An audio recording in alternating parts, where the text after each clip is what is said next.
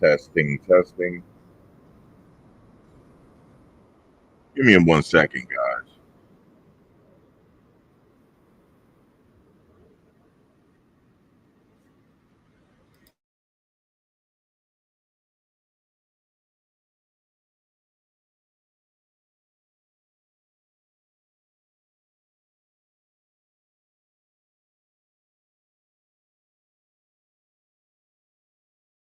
All right. Finally got my audio together. For this video, I want to talk about Project 2025. This is not new. A lot of people are talking about this, and it's a real thing. It really is. It's not a conspiracy theory at all. Um, so we're gonna get into that. I'm gonna read a few things that I had prepared if I can find it. Um,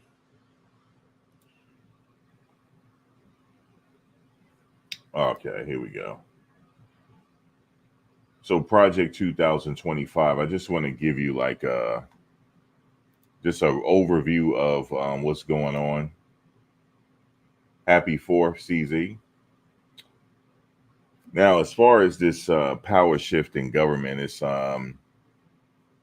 there's a lot going on right now that you probably need to pay attention to that might affect you in the future, in the immediate near future, because this general election is fast approaching.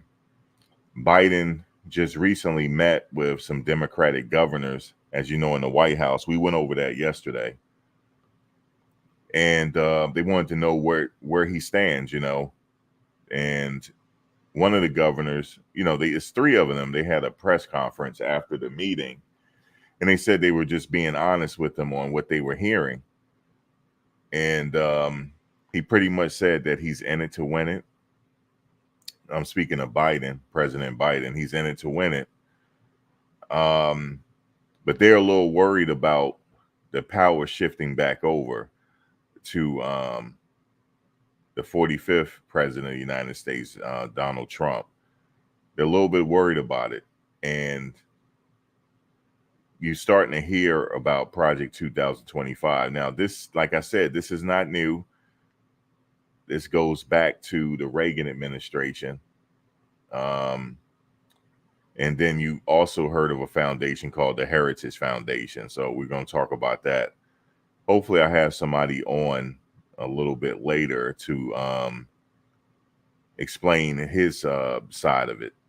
But I'm just going to go over why people are so worried here.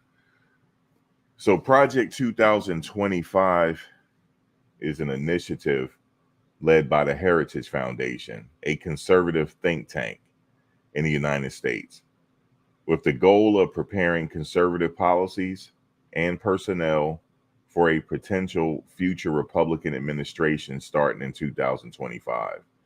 The project involves developing policy recommendations, training personnel, strategizing on various aspects of government, public policy to ensure a smooth and effective transition should a Republican candidate win the presidency in the 2024 election.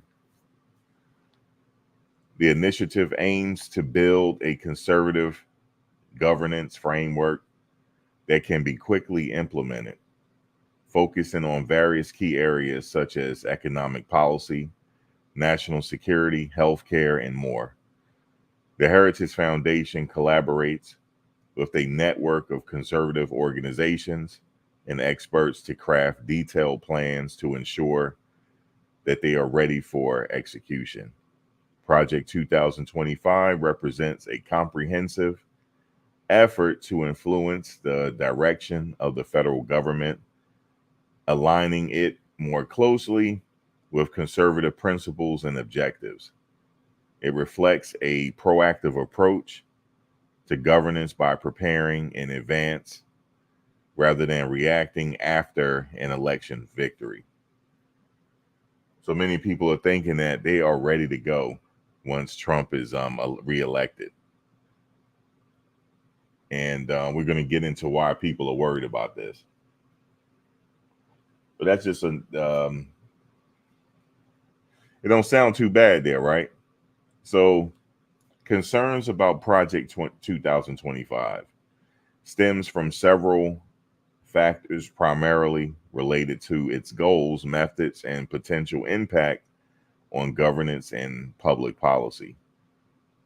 Here are some of the key reasons why people might be worried. Now, this is some stuff that I jotted down, cut and paste. Um, it's over 90 pages for you to read. If you want to go ahead and read Project 2025, I'll add a link after I'm done reading this.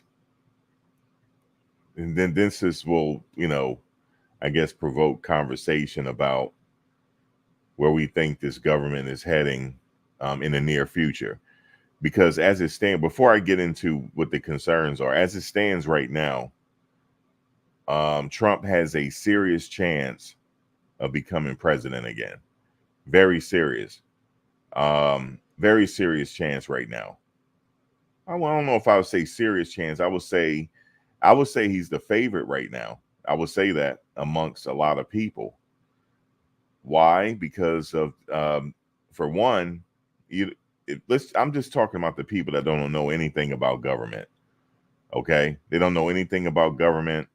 They don't know anything about the policies that he wants to implement. They don't know any of Biden's policies that he want to implement or already implemented. I'm talking about the new people that's just getting into politics for the first time. They saw the debate and they saw the showing that Biden had, and it didn't look good. That's why the governors met with him.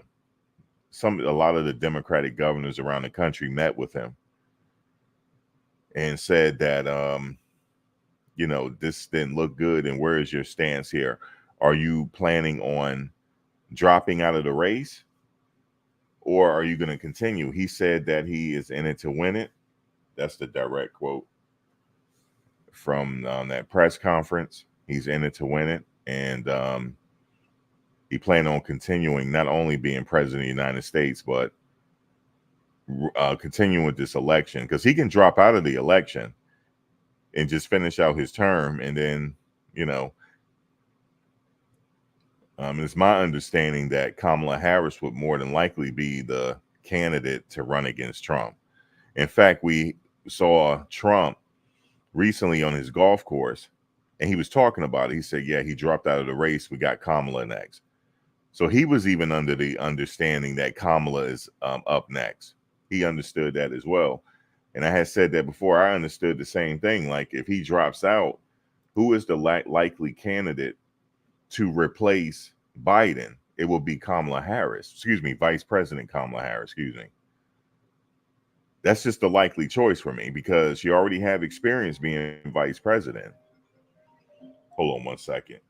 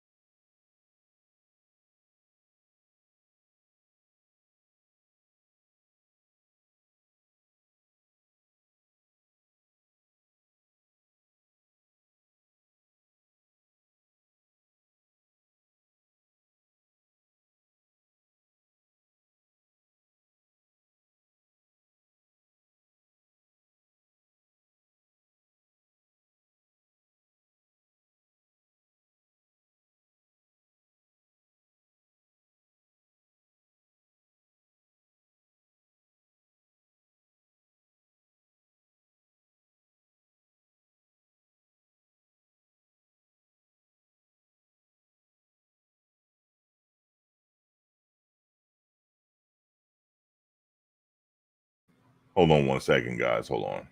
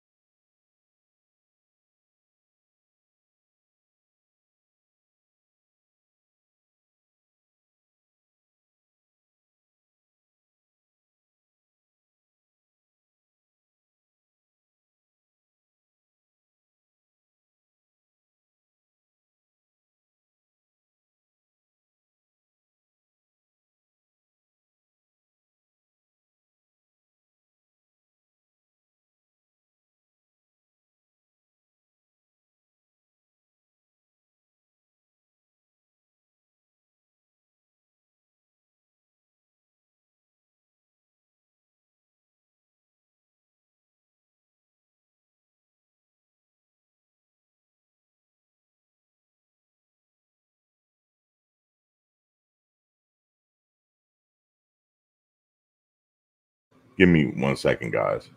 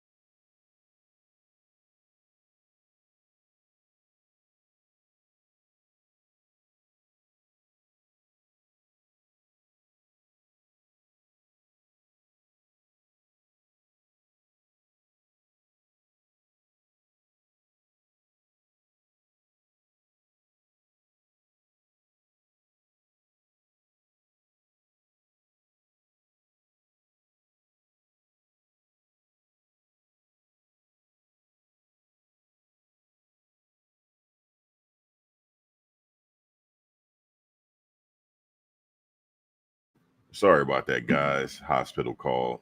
I had to take care of some business real quick. I'm back. I'm back. Sorry about that. Um, yeah, so getting back to what I was saying, so there's a lot of concerns right now on the Democratic side. And I mean a lot of concerns. Now they said that Biden, I mean after the debate, he had a what do you call it? An event. And he pretty much said at the event, I know I bombed at the debate. I'm sounded a little slow, but I still can do my job. So that's why the governors met with him to see where he's at with it. And, and talk about a possible replacement. But he said that he's continuing. So there's some concern there because new voters, they might be looking at his performance at the debates and say, you know what, I'm going with Trump. So that's why they're a little worried right now. Now, personally, I don't think he should have any more debates, personally, at this point. Like, look, we bombed the debate. On both sides, they didn't do well at all.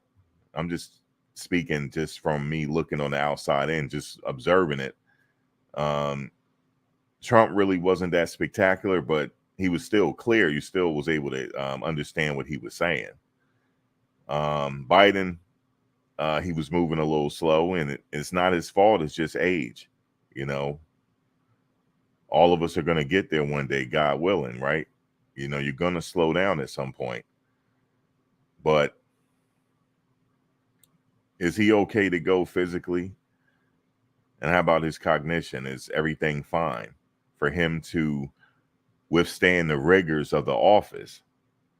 Look at how Obama left there. Look how he looked compared to when he got in. He aged a lot. So that's what the concerns are here. And voters might be thinking that when they go to the polls here. Like, I'm not certain is he going to withstand this. So that's what some of the concerns are. But let me go back to Project 2025 for a second. Concerns about Project 2025 stem from several factors, primarily related to its goals, methods, and potential impact on governance and public policy. Here are some of the key reasons why people might be worried. I just jotted down a few. Ideological shift. Project 2025 aims to implement a strong conservative agenda across multiple areas of policy. Critics worry that it could lead to significant rollbacks of progressive policies on issues like climate change, healthcare, education, and civil rights. Such changes could have a widespread social and economic impacts on everyone. Consolidation of power. This is a big one. Consolidation of power, because we have 5 branches, right? We learned that in grade school. And we can't have a dictatorship because not one branch have the complete power, right? We just learned, when you were in grade school, you learn the whole branches of government. But look at this, consolidation of power. The project involves detailed plans for staffing and managing government agencies, which some fear could lead to a consolidation of power within the executive branch. This could potentially undermine checks and balances if appointments prioritize loyalty and ideological alignment over expertise and experience. Impact on civil liberties. There are concerns that some of the policies advocated by Project 2025 might infringe on civil liberties. For example, conservative approaches to issues like immigration, law enforcement, voting rights have been criticized for potentially eroding individual freedoms and rights. They really feel this way, folks. This is not conspiracy theory here. They really feel this way. All right. Climate change. But like I said, we'll leave the link later on and you can go over that 90-page document if you want. Climate and environmental policy. Many worry that conservative administration, guided by Project 2025, could roll back regulations and policies aimed at combating climate change. This could exacerbate environmental issues and hinder efforts to transition to sustainable energy sources, healthcare and social programs. Conservative policies often emphasizing reducing government spending and deregulating industries, which could impact social safety nets, healthcare access, and other public welfare programs. Critics argue that such changes could affect vulnerable populations such as the elderly. Economic inequality. Policies that focus on tax cuts and deregulation are often seen as benefiting the wealthy and corporations more than average citizens. This could potentially increase economic inequality, leading to greater social and economic divides. I would argue that the social and economic divides is already there. It's already at an all-time high. Even before this Project 2025. I don't know if can it get any worse than what it is. We're already there at that point. Educational reforms. Project 2025 might push back significant changes in education policy, such as promoting school choice, voucher programs, and curriculum changes that reflect conservative values. Critics fear this could undermine public education and widen educational disparities. I believe we're already there with the educational disparities. We're already there. It depends on your zip code. Your zip code determines where you go to school. So we're already there. Maybe it'll get worse, but if you're in the wrong zip code and if you can't pay for education, meaning private education, or can't obtain a voucher to go to one of these governor schools. Out here where I live, a really good governor school my friend's daughter went to was Maggie Walker. But you had to go through a lot to get in that school. They just don't accept anybody. So we're already there already. Overall, the worries revolves around the potential for Project 2025 to bring about substantial and rapid changes that could alter the fabric of American society in ways that some believe might be detrimental to social progress, equity, and the balance of power in the government. So, do they want to purge the government? Let's talk about that. And guess what? That's not even a conspiracy theory. Purging the government.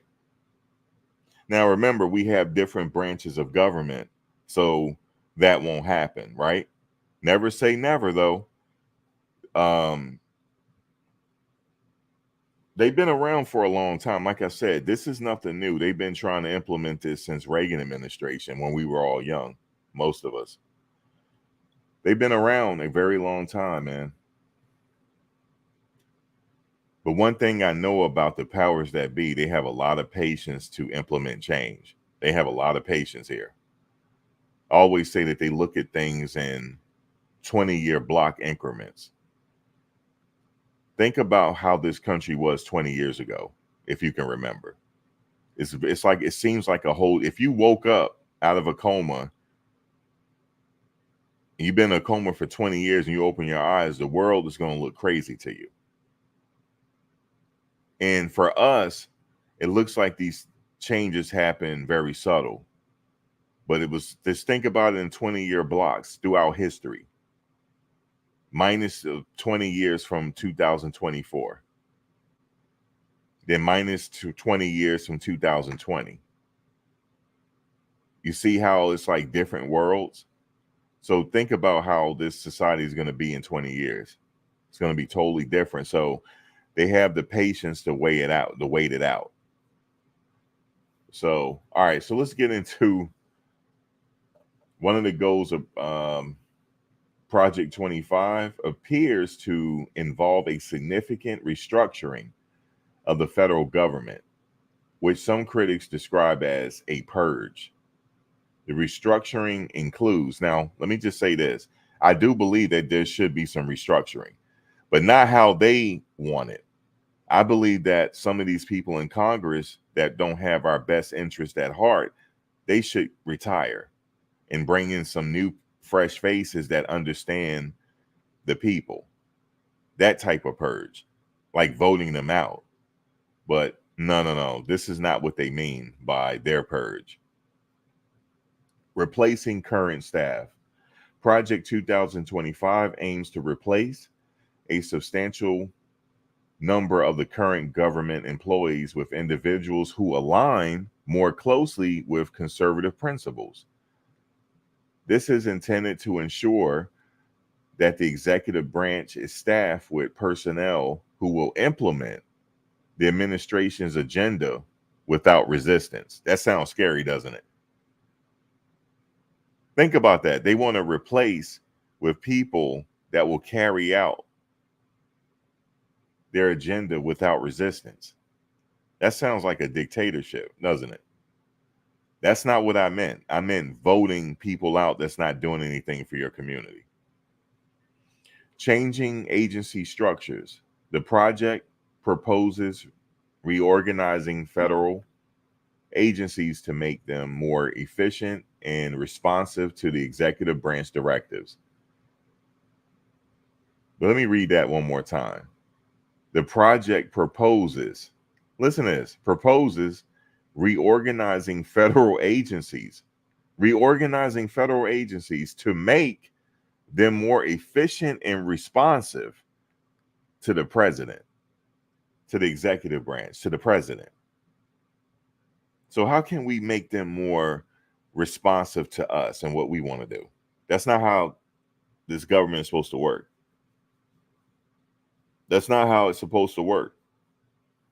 The reason why we have the branches of government and no one has absolute power is so that a dictator would not arise. That's why. Some of these people that I give it to them, the people that framed this government, they had that in mind. They had that in mind. They thought about this. They said, you know what? They were thinking 200-300 years in the future when they was writing this Constitution. Think about that.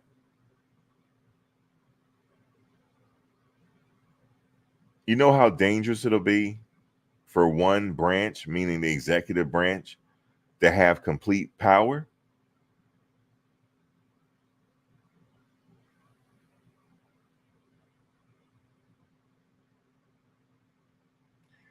This could involve merging, downsizing, or even eliminating certain agencies and programs that are deemed unnecessary and counterproductive to conservative goals. Reducing bureaucracy.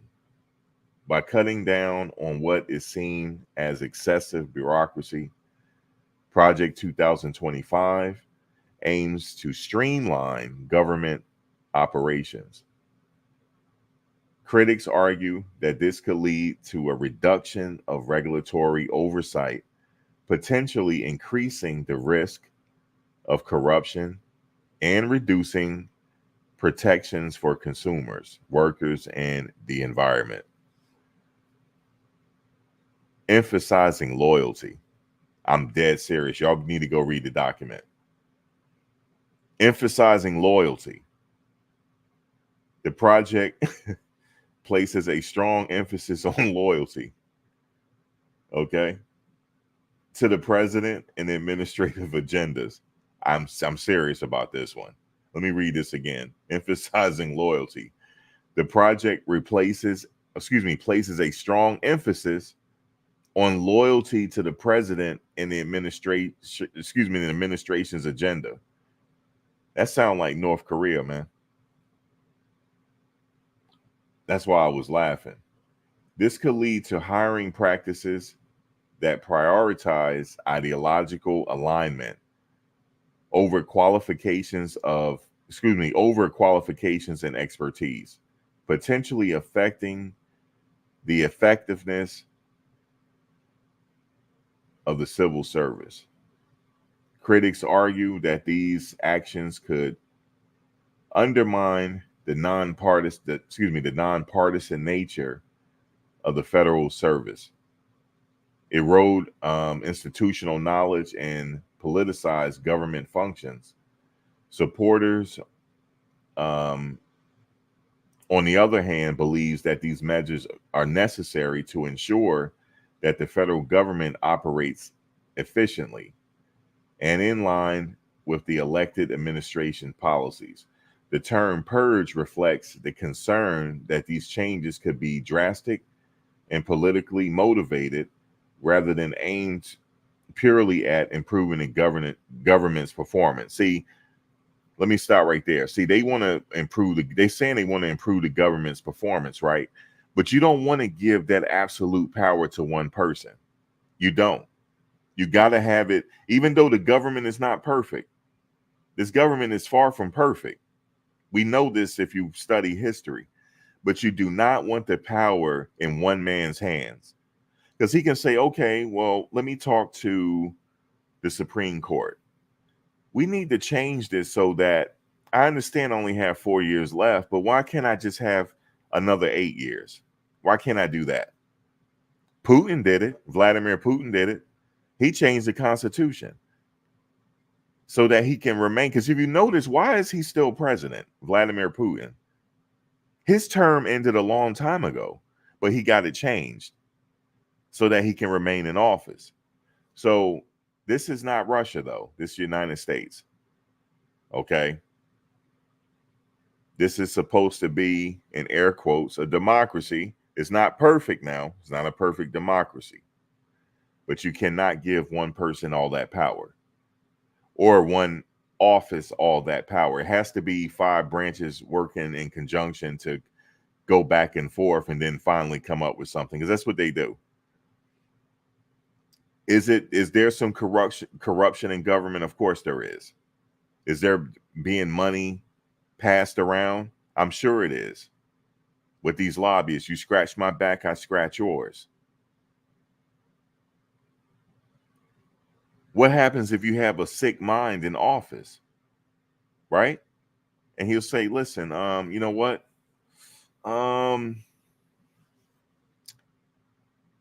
You can only practice Christianity. Okay. You can only practice Christianity, and that's it. We're putting it back in schools, which I'm okay. I don't care about it. When I grew up in a Catholic school, so but as far as everybody should be included in the public school system, regardless of what your religious background is. Your religious background shouldn't be excluded. But for sure, if they don't get their way, they're going to have a huge influence. If they don't get their way, they might not totally get their way here, right? You got to think about this. They might not, but they're going to have a huge influence here. There's going to be some policies that will be wiped out from day one by way of executive order. There's going to be a lot of changes. And like I said, I study history, so he is chasing history because there was only one other president, that was Grover Cleveland, that has two numbers. You know how Trump has number 45? Well, Trump is going for 45 and 47. Grover Cleveland has two numbers as well. He lost re-election and came back and won again. So he's chasing Grover Cleveland right at this point. And he is close to being the second man to pull this off. He's very close. Because a lot of people are not convinced that Biden can do the job. They're not convinced. From some of the polls I've read already. And some of the articles that I read. So with that being said, I gave you an overall understanding of this Project 2025. Okay. I gave you a breakdown, but I do recommend you to go read it. Okay, the Heritage Foundation, they've been around. They're not a new organization. They've been around. Even when I was a kid, they've been around. Remember I said this. The powers that be, they look at change in 20 block increments. Remember I said that.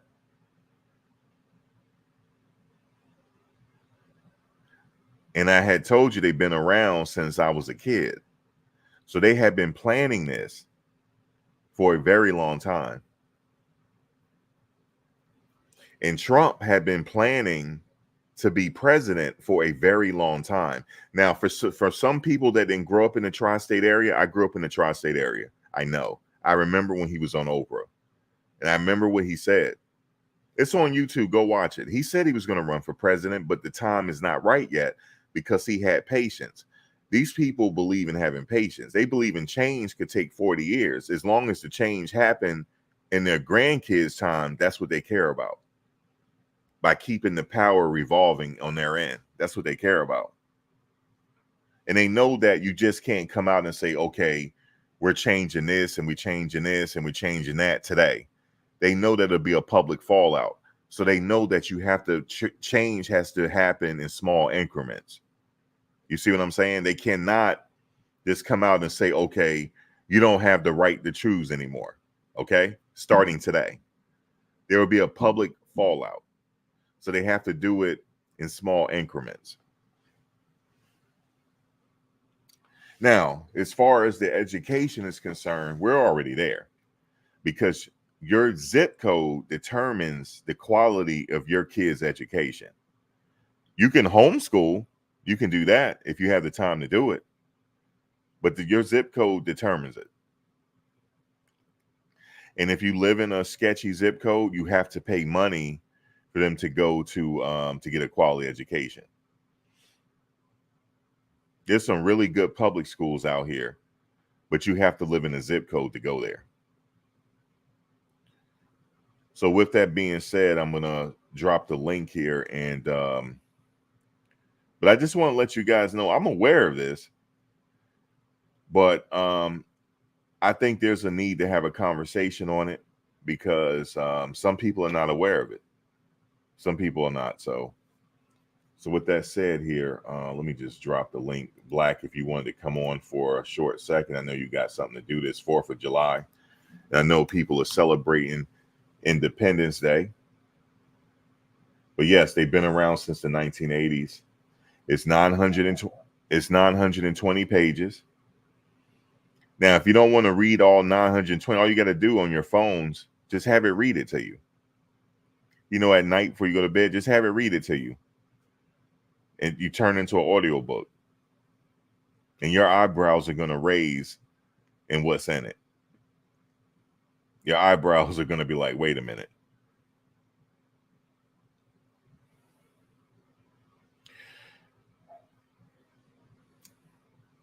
And this is not meant for me to encourage you who to vote for. But when you go to the polls, you got to have some type of knowledge on what's going on so you can make an effective decision of what you think that effective decision is. If I'm a betting man, though, I honestly think Biden might drop out. It's just not right now. I think, honestly, I just don't see him continuing, man. I just don't. Even though he still had that old Joe Biden in him. He still does, even though he's in his 80s. He still have that young Joe Biden in him, but his body is just not cooperating. And someone like him, they don't know what quitting is. They don't want to quit. You could have a bunch of people come and say, look, Joe, like, this is not working anymore. You just can't do the job. And you know what he's going to do? I sure can do the job, and watch me. So that's where they're at, I believe. He doesn't want to give it up.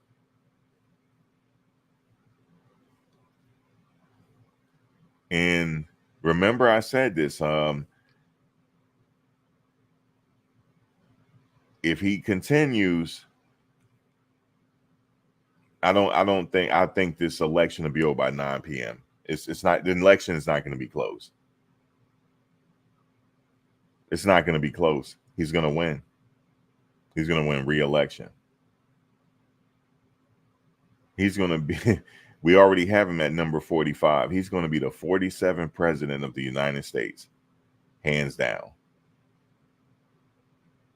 He's going to win Virginia because I'm out here. This state turned blue twice.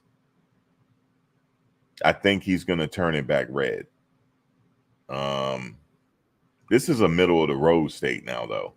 The reason why, because we have a lot of people moving from California, a lot of people moving from the tri-state to Virginia. Northern Virginia is blue, just to let y'all know that, just to let you know the breakdown of Virginia. Northern Virginia is blue. Central Virginia, so it traditionally is red, but it turned blue the last election, last two, especially with Obama. When Obama came in office, it really turned, the whole state turned blue. So people here can be swayed a little bit, but I honestly think the major parts of the state is going to be red again, which means he's going to win those electoral votes. What's going on, Black? Yeah, my brother, it was all good a day ago, but now all of a sudden things are starting to really pop out. I wanted to say first of all about Project 2025. One of the reasons that it's getting so much attention right now is because your girl Taraji Henson spoke on it at the BET Awards like the strong black queen that she is, and now all of a sudden everybody's looking at it. Now, you've known about this for quite some time. I've known about it for quite some time. Quite a few people who pay attention have known about this. Um, you're familiar with Politics by Tabitha, right, Max? That Yeah. channel? Yeah. Okay. She was actually upset that it's getting all this attention because of Taraji. But, Taraji has a bigger platform to speak to these type of things, even though Yes, she's he an does. entertainer. So it's kind of a good thing that she brought it out like that. But Tabitha was saying, I've been talking about this for a whole year. Yes, you have. But, your audience is only limited to the algorithm that feeds them. Right. So one of the things that we were discussing last night was how the overhauling of the federal government, and giving what's called unitary executive powers. according to their interpretation of the, I think it's Article 2, Section 1 of the Constitution, what the presidential powers are. But what is really alarming about this is how, when Donald Trump says, "Oh, I'll only be a dictator on day one." The way this project is set up is that the moment they feel that he wins, once they know he won the election, hypothetically, they're going to start implementing this during the transition before he even swears in. And it's the first 180-day playbook that people need to pay attention to, right? So the playbook for the first 180 days, they want to start unraveling some of the federal government agencies so that when he comes in on day one, they can start this plan. Um, Now, the four simple tenets of this project is one, to restore the family to the centerpiece of American life and protect the children. Well, we know what that language is coded about. They want to Mm-hmm. reverse. They want to reverse all that other stuff that's been taking place since Obama, and put it back to the nuclear family, father, mother, children. Right. The second thing they want to do is dismantle the administrative state and return quote unquote self-governance to the American people, which sounds strangely like some S people. I don't even want to say the word, Max, because we already know what's going on, right? Right. But they want to do the S citizen type thing in this coded language. The third thing, and like you had mentioned, get rid of all these people at these federal agencies and uh, re how do you say it, rehire people who are willing to take what they used to call loyalty oaths. So you got to be loyal to the man in charge, not to the Constitution or the federal government. Right. um the third thing is, and you hear Trump say this out loud a lot, to defend the sovereignty, the borders, and bounty against global threats. So the narrative, hey, what's up, Antoine? The What's narrative going on, is, Block? What's good, Max? Hey, what's up, Antoine? the narrative that they're pushing is the borders are wide open. All these people coming in, we don't know where they're coming from. There could be some key people coming in through there, and so we have to get these immigrants out of here. Mass deportations, which the cost of that alone is going to be ridiculous. And Trump has even said, and in this plan, in order to facilitate that, they're willing to set up camps. And see, camps are nothing new to the United States. They did it to the Japanese in World War II. They also did it to the Italians as well. During World War II as well. Ellis Island was actually turned into an incursion camp as well. And you know what's interesting about that is at that time, the Germans, the Japanese, and the Italians were considered enemies. But they didn't do nothing, no German camps, because it would include too much of the U.S. population. Exactly. So they gave them a pass. But Um, also, Black. I didn't mean to cut you off. The one thing I do remember when I was in school, and Max, this is what when we were at this. This is when I was seeing all prep. A good number of the Germans that were people of German descent that were living here, especially during the time during and after World War I, a lot of them changed their names from German spelling to a more anglicized name. So if your last name was von Braun, you changed it to Brown, and nobody knew that you were German. So that was probably the other reason why they didn't have any German incursion camps, because they couldn't find anyone who was actually German. mm. Now, the last tenet of this four-part plan overview is where they say they want to secure our God-given individual rights to live freely, what our Constitution calls the blessings of liberty, or we call life, liberty, and the pursuit of happiness. But when they predicate it with our God-given individual rights, they're kind of suggesting that they want to make this a Christian nation, or what we call Christian nationalists. And that's when it comes really a slippery slope, because the freedom of religion is right there in the Constitution, right? But they're saying, nah, if you're not riding with us, you're suspect. So I just wanted to throw that out there, Max. But I'm glad you're covering this because this morning, I don't know about you, Max, but I got a flurry of this Project 2025 from family members Right. flooding me in my texts. So it's something afoot. Now we could think on immediately like, wait a minute, is this some scare tactics? Is this some vote or die tactics? Could you speak to that, Max or Antoine? I'm sorry, you have the Hey, floor, my there's a brother. question here, real quick. What's wrong with the Um, nuclear family? I'm it's sorry. their approach of what the family should be. Who was it that asked that question? It's how Who is it? they feel what the family should be. It's their ideal of what the family should be. And I think that's the reason why they're trying to frame it as that. But let's be it's a hidden where they don't want basically either interracial marriages or gay and lesbian marriages. It has to be a man and a woman with children, not two men, not two women, not a man and a woman of two different races. And they could, That's basically what it is. like you said, they could slip it in there. No interracial either.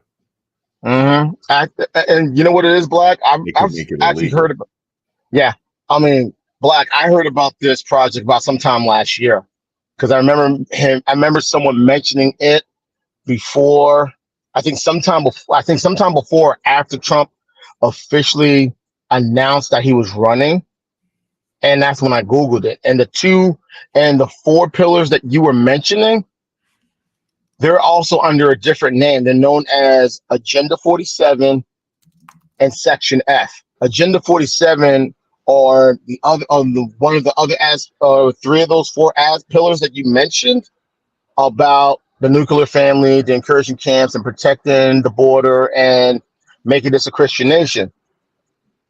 The thing with federal employees, that falls under Section F, where any federal employee and any government agency can be fired with no cause. If they feel this individual is not loyal to him, they can get fired, no questions asked, no ands, or buts, and they will replace them with individuals that are loyal to him.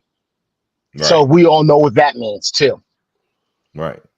So Right. this was a blueprint put together by the Heritage Foundation before all this. This was supposed to be his blueprint, and I posted it in the chat. This was the blueprint if he would have won 2020. This stuff would be going on right now as we speak. Exactly. That's what Antoine, what's up. I have a joke for you when you finish. You too, All Black. right. Okay. So that's basically what it was. This was something that they had going for a long time. And like I also said in the chat, this was the long game. They've been playing the long game ever since Reagan was elected. Yes, Ever sir. since Reagan took office, that was the long game. Mhm. It ain't gonna happen now, but what's laid the groundwork for this to when we know it's gonna happen, we can find the right person to make sure this goes forward. And like I said, all this was put together by the Heritage Foundation. And if anyone saw what I posted in the chat, 3 of the last 4 Supreme Court justices that were put on the bench, Neil Gorsuch, Brett Kavanaugh, Amy Coney Barrett, all 3 of them were members of the Heritage Foundation. Trump got that list of all the judges and lawyers that were members of the Heritage Foundation the minute he stepped in, the minute he moved in on January 20th of 2017. The minute he got there, that folder was probably waiting on the Resolute desk when he stepped into the Oval Office. And they were pushing that for a long, long time. And people forget, how did Neil Gorsuch get onto the bench? Remember, Samuel Anthony Scalia, who was the Associate Justice at the time, passed away. That was in March of 2016. President Obama wanted to nominate Merrick Garland to take that spot. Mitch McConnell, who was the House Majority Leader at the time, says we're not holding any hearings for a Supreme Court nominee because that should be done by the incoming president. Mind you, that's March of 2016, where Obama is still the incumbent. Translation, McConnell didn't want to give more power or say in something like this. But ironically, come September of 2020, when Ruth Bader Ginsburg passed away. I believe it was September or October of 2020, when Mhm. Justice Ruth Bader Ginsburg passed away. Mhm. Trump nominated Amy Coney Barrett, and they tried to fast track her nomination in. And then the Dems were like, wait a minute, it's September, October. We have an election coming up in about a few months. Let the incoming president decide that.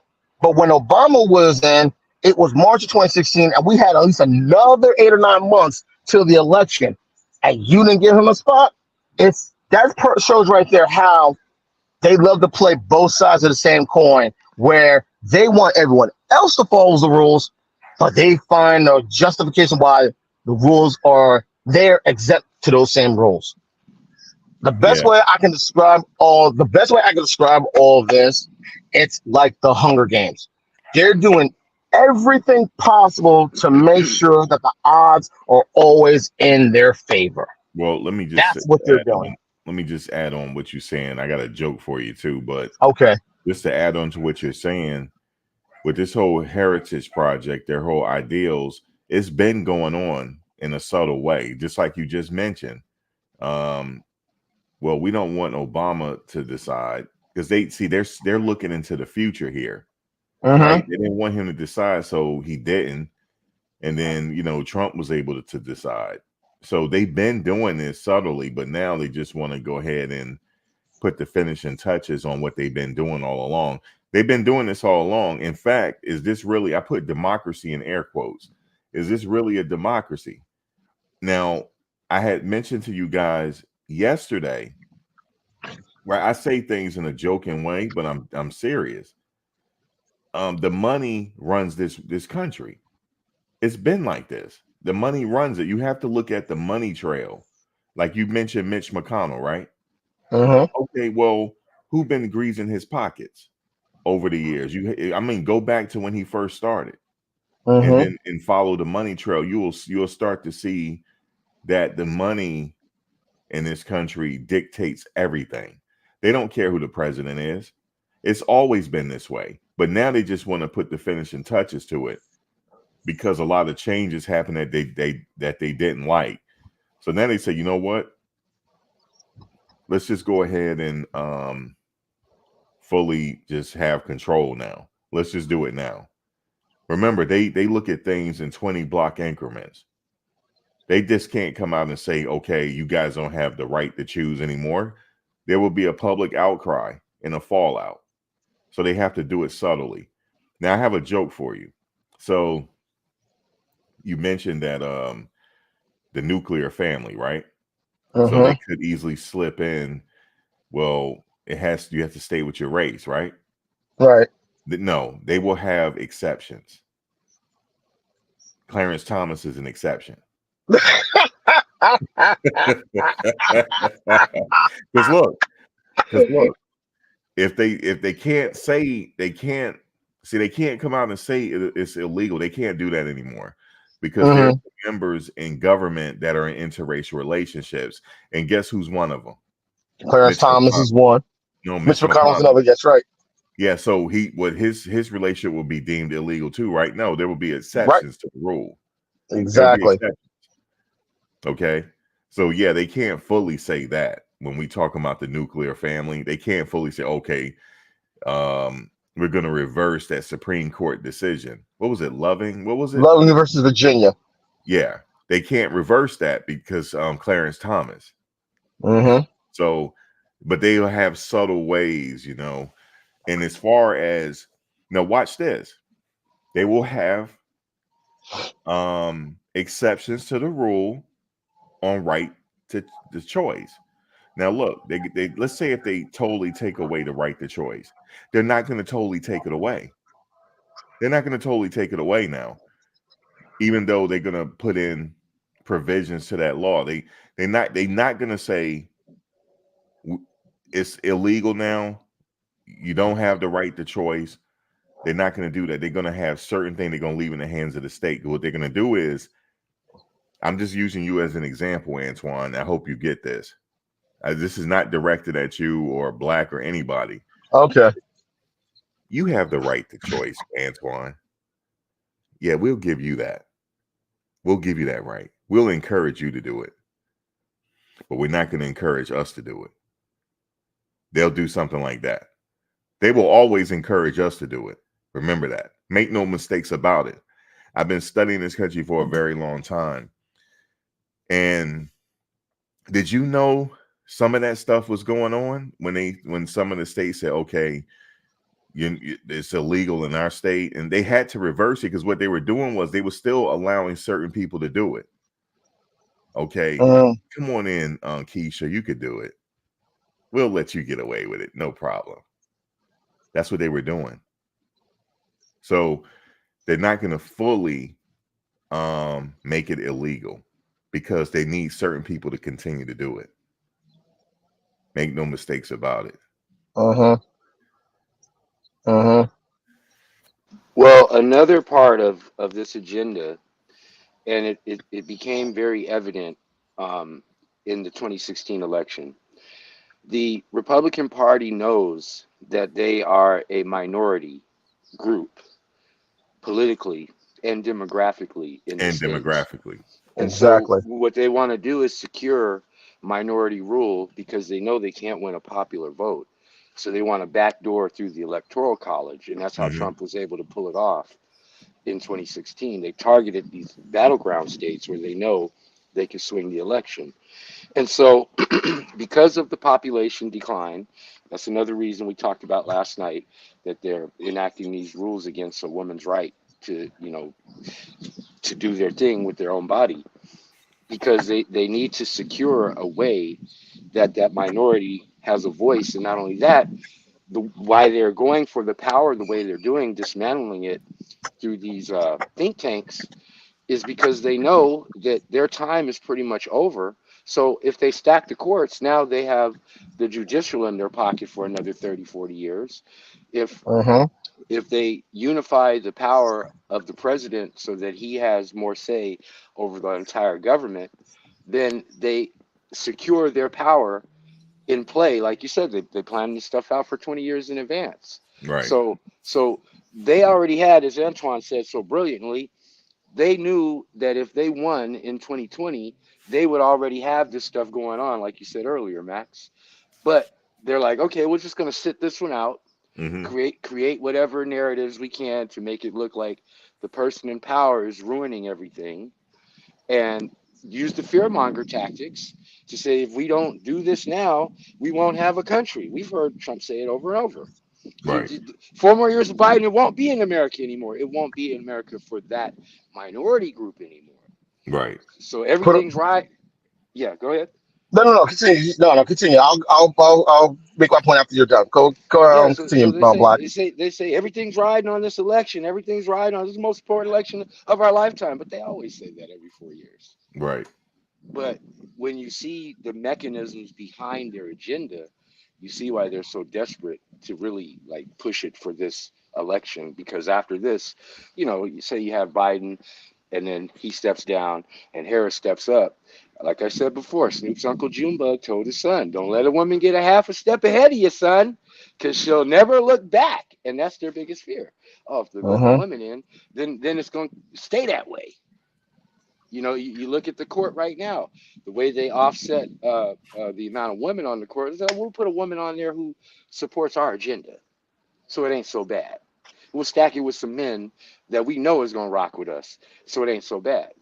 And then they could do the things that they did this past week, rule in favor for the immunity of a president, which puts him basically above reproach.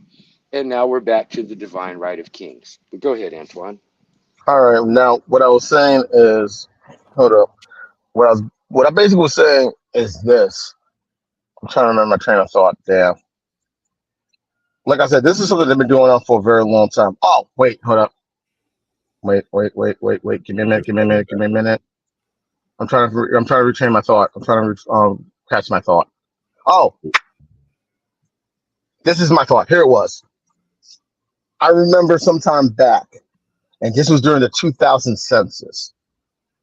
And the U.S. Census Bureau put this out there. They put this information saying, by the year, the way things are going in the country, by the year 2030, whites will no longer be the majority. Look what year it is now. It's 2024. What year did they say again? This was during the 2000 census. And when they discovered when they did the census, when they did the population count, they found out that if things continue to go the way they're going, by the year 2030, whites will no longer be the majority. It's Right. 2024. That's basically almost 6 years before what the Census Bureau said at that time comes to fruition. So they're doing everything to hold on to their quote unquote place, their quote unquote privilege. Because think about it. What's the one demographic in this country that's never been on the outside looking in? Think about that. The whites. Exactly. Well. You know what? Let's be more specific. Black, white, cisgendered, Christian, heterosexual men. Yeah, you nailed it. They are the one demographic in this country that's never had anything held against them. Right. If you're white and you're gay, they gave you a problem. You know, if you're white and you're trans, they gave you a problem. If you're white and you're a woman, they gave you a problem. Of course, we already know Black, Hispanic, Asian, Native American, so on and so forth. So if you didn't fit what they felt was who should be in charge, you were always going to be outside looking in. You were always going to have to change how you are and change your approach to their comfort factor. That same demographic I just mentioned have made it possible for everyone else to feel uncomfortable. And I think what happened in the last few years between the shutdown and the previous election and a lot of other things that were going on, all those that were on the outside looking in, women, blacks, Latinos, Asians, Native Americans, the pride community, so on and so forth, they all got to the point saying, you know what? It's time for y'all to start get comfortable at being uncomfortable. Because we're tired of changing who we are for your comfort level. Fuck your comfort level. And they're letting them know that. And they can't handle that. And they don't like that. It's funny how the one demographic that loves to beat their chest and call themselves alphas had the most fragile, most sensitive egos ever. They do. They love to beat their chest. They love to, grab their junk and act like they got a pair. They love to do all this nonsense, saying rah, rah, rah. But they got the most sensitive, most fragile confidence and egos ever. And they're the biggest whiners and complainers, period. Tell us how you really feel. Say again? I said, keep going. I said, tell us how you're just commenting. That's what it is. That's what it is. They're too used to being in charge because they think it's their birthright. Right. Like this is nature's way of saying things. Like this is Darwinism at its at work. They've been too comfortable for doing whatever they want, acting like they can say and do whatever they want, or without being held accountable for their actions. And let's be honest, that's gone on, and this ain't just recent. This has been going on within the last 60, 70, 80 years, maybe longer. It's been going on for so long. No, it's been going on longer than 80 years. Well, but you get what I'm saying. Since the inception of this country. True, but you get what I'm saying. It has been going on for a very long time. Actually, it's been going on way before that, even before this country was established as the United States. Oh, yeah. That's why I always tell people, and I tell this, what's up? Remember the Crusades? Oh, yes, that's true. That's true. That is true. The one thing I've always told people, and some people think it has nothing to do with what goes on here, but I tell them, think about it. European colonization is the one thing that's fucked this planet in so many ways. So many ways. And look at the countries associated with European colonization that felt like it was their right to go to these places and do whatever they want. The English, the French, the Dutch, the Belgians, the Spanish, the Portuguese. Antoine, let me ask you something. Project 2025 though. Do you think it's going to be a real thing in the near future? I Even think though so. it's totally going on now, but I can answer that. go ahead, I think Black. so. So, a couple days ago, the president of the Heritage Foundation went on to the Steve Bannon podcast, The War Room. Now, you know, Bannon is in jail right now, so Hmm. he went on there right after Bannon went to jail, and he basically announced that we are in the process of a second American Revolution. I mean, he said the quiet part out loud, and he basically said, in the event that Trump wins, that they're going to initiate this agenda, and it will be a bloodless revolution if the left allows it to be. But if the left decides to push back, he's threatening violence. So the dog whistles are out and blowing loud. And Uh-huh. so, yeah, they're telling you right now, if their guy gets in, it's on and cracking. Yeah. And this person is Dr. Kevin Roberts. If anybody want to research him, or They is it? basically, Wait a minute. Yeah, that's See, him. that's That's him, him. Okay, Max. I just want to make sure I Uh-huh. get his name right. If anybody want to, all you got to do on YouTube is type his name in, and what Black was just referring to, the video will come up for you. Just type in president of the Heritage Foundation, and that the video is going to be number one. It's actually trending right now. hmm So yeah, Um, they're planning to push this agenda forward if their guy wins. And that's why, you know, right after Taraji said that, he pops out and countered it with this. He's like, we don't care if you're looking at it. We're confident that this is going to happen if our guy gets in office, period. And if you guys try to fight back, that's it. Bang, bang. I it's ask you So, guys basically, a question. You mentioned revolution. What do you think he mean by he said it's going to be a revolution, and who is going to participate in this revolution? uh, who do the you same the same people that participated in J6, bro. Okay. exactly? Exactly. Now, who Because who are they going after in this revolution? anyone Any that's not looks that doesn't look like them. or that doesn't agree with the agenda. If you're against it, you know, you've heard Trump say this before, and the Europeans always clown me about this. They say, how can this guy say anybody who's not with him is a radical leftist, socialist, Marxist, fascist, communist, Democrat? All that in one sentence is a word salad. But it's on the same mentality that Bush said after 9/11. If you're not with us, you're against us, period. So roll with us or get rolled over. That's the mentality. And Yeah. they're doing it from the position of a threatened minority group that is scared to death that they will no longer have a political voice if they don't win this election. And see, that's why you hear people say, we're not a democracy, we're a constitutional republic. The idea of a constitutional republic protects the voice of the minority party in politics. Simple as that. So they're holding on to that as if that's their last gasp of survival. And so all the rules in the rule book, they don't apply to them. They apply to everybody else. They're making exceptions to their own rule, which says they really don't believe in the Constitution. That's why they're trying to override it and give the president that unitary power and expand it to where he controls the whole federal government.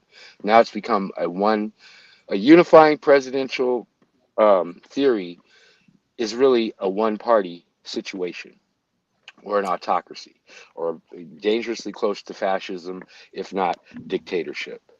Uh-huh. Yeah, I'm a little bit concerned about that word revolution because when you go back to, I'm gonna have to say this. I'm not gonna actually say the event that took place, but you just mentioned it. You said Uh-huh. J6. Um, if you go back to that,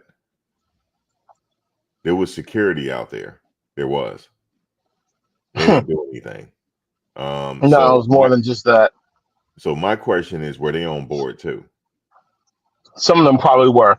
I Yeah. wouldn't be surprised. But it's more than just it's more than just that, Max. Because perfect example, when you look at what happened back in 2020 when people were protesting after what happened to George Floyd, and when you saw all those people protesting in DC, every 3-letter, 4-letter agency in and around the DMV had uniformed personnel protecting every piece of infrastructure in the Capitol. Right. Every single one. Yeah, those people weren't Library going of to storm Congress. the Capitol. Listen, But no, but hear me out. But hear me out, Max. You had Secret Service. People didn't know they had a uniform group. Library of Congress, Supreme Court, ATFE, National Archives, the IRS. Any government agency in DC had a uniformed personnel out there with full battle rattle, thinking that was going to happen. But yet, when everything happened on that date, when everything was supposed to get certified, who did you see out there? You only saw DC's MPD and the Capitol Police. That's it. yeah, that's my Oh, point. and Like, now and you know what it is? It goes back to what I've always said on Twitter when it comes to things like this. I've said it on Twitter. I've said it on Instagram as well, and I always put that hashtag on it. It would have been a bloodbath on the Capitol Exactly. steps, right? But this is and this is what I'm. And this, I don't think they're willing to pull the trigger on their cousins and nephews. And no, they're not. But like I said, Black. Yeah, exactly. But here's what I'm trying to say: their complexion is their protection. That's what it is. well, Their look, complexion is their protection. well, look, let me add into this. So, like, I've been to DC many times. I don't live that far from there. I'm telling you right now, you cannot get in that building. It's heavily fortified, even before Now, that.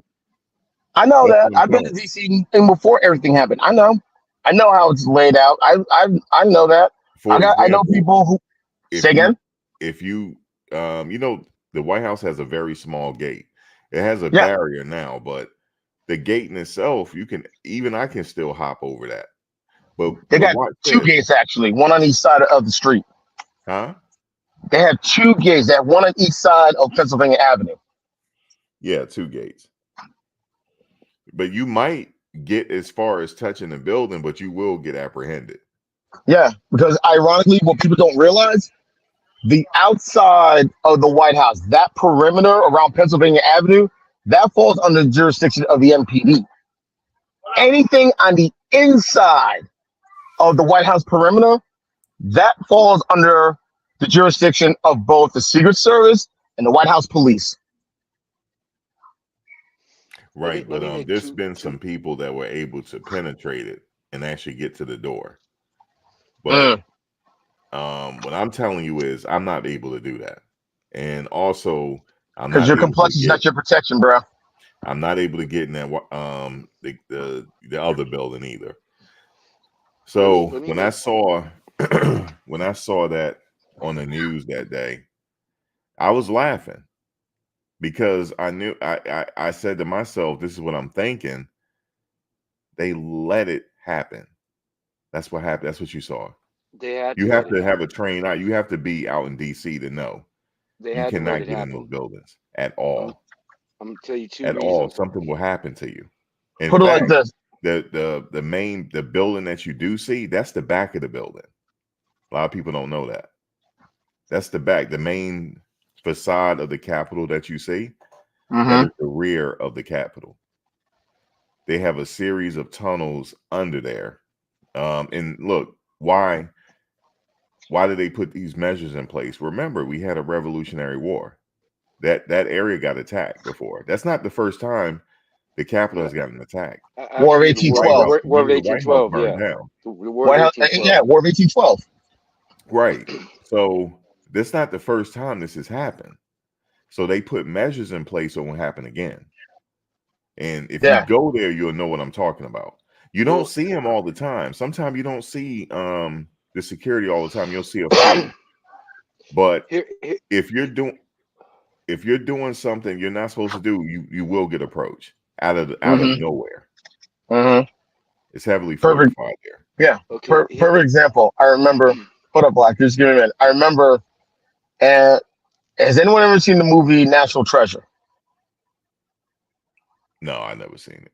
Yeah, with Okay, check Nicolas it out. Cage. Nicolas Was it Cage. Yeah, Yeah. good? Nicolas Cage, Justin Barth on them. Yeah, when they were doing the second one, when they filmed the second one, Book of Secrets, the scene where they're outside of the White House, like right after the Easter egg hunt, if you really pay attention, the production were told you can film on this part of Pennsylvania Avenue, but you can't film on this part of Pennsylvania Avenue.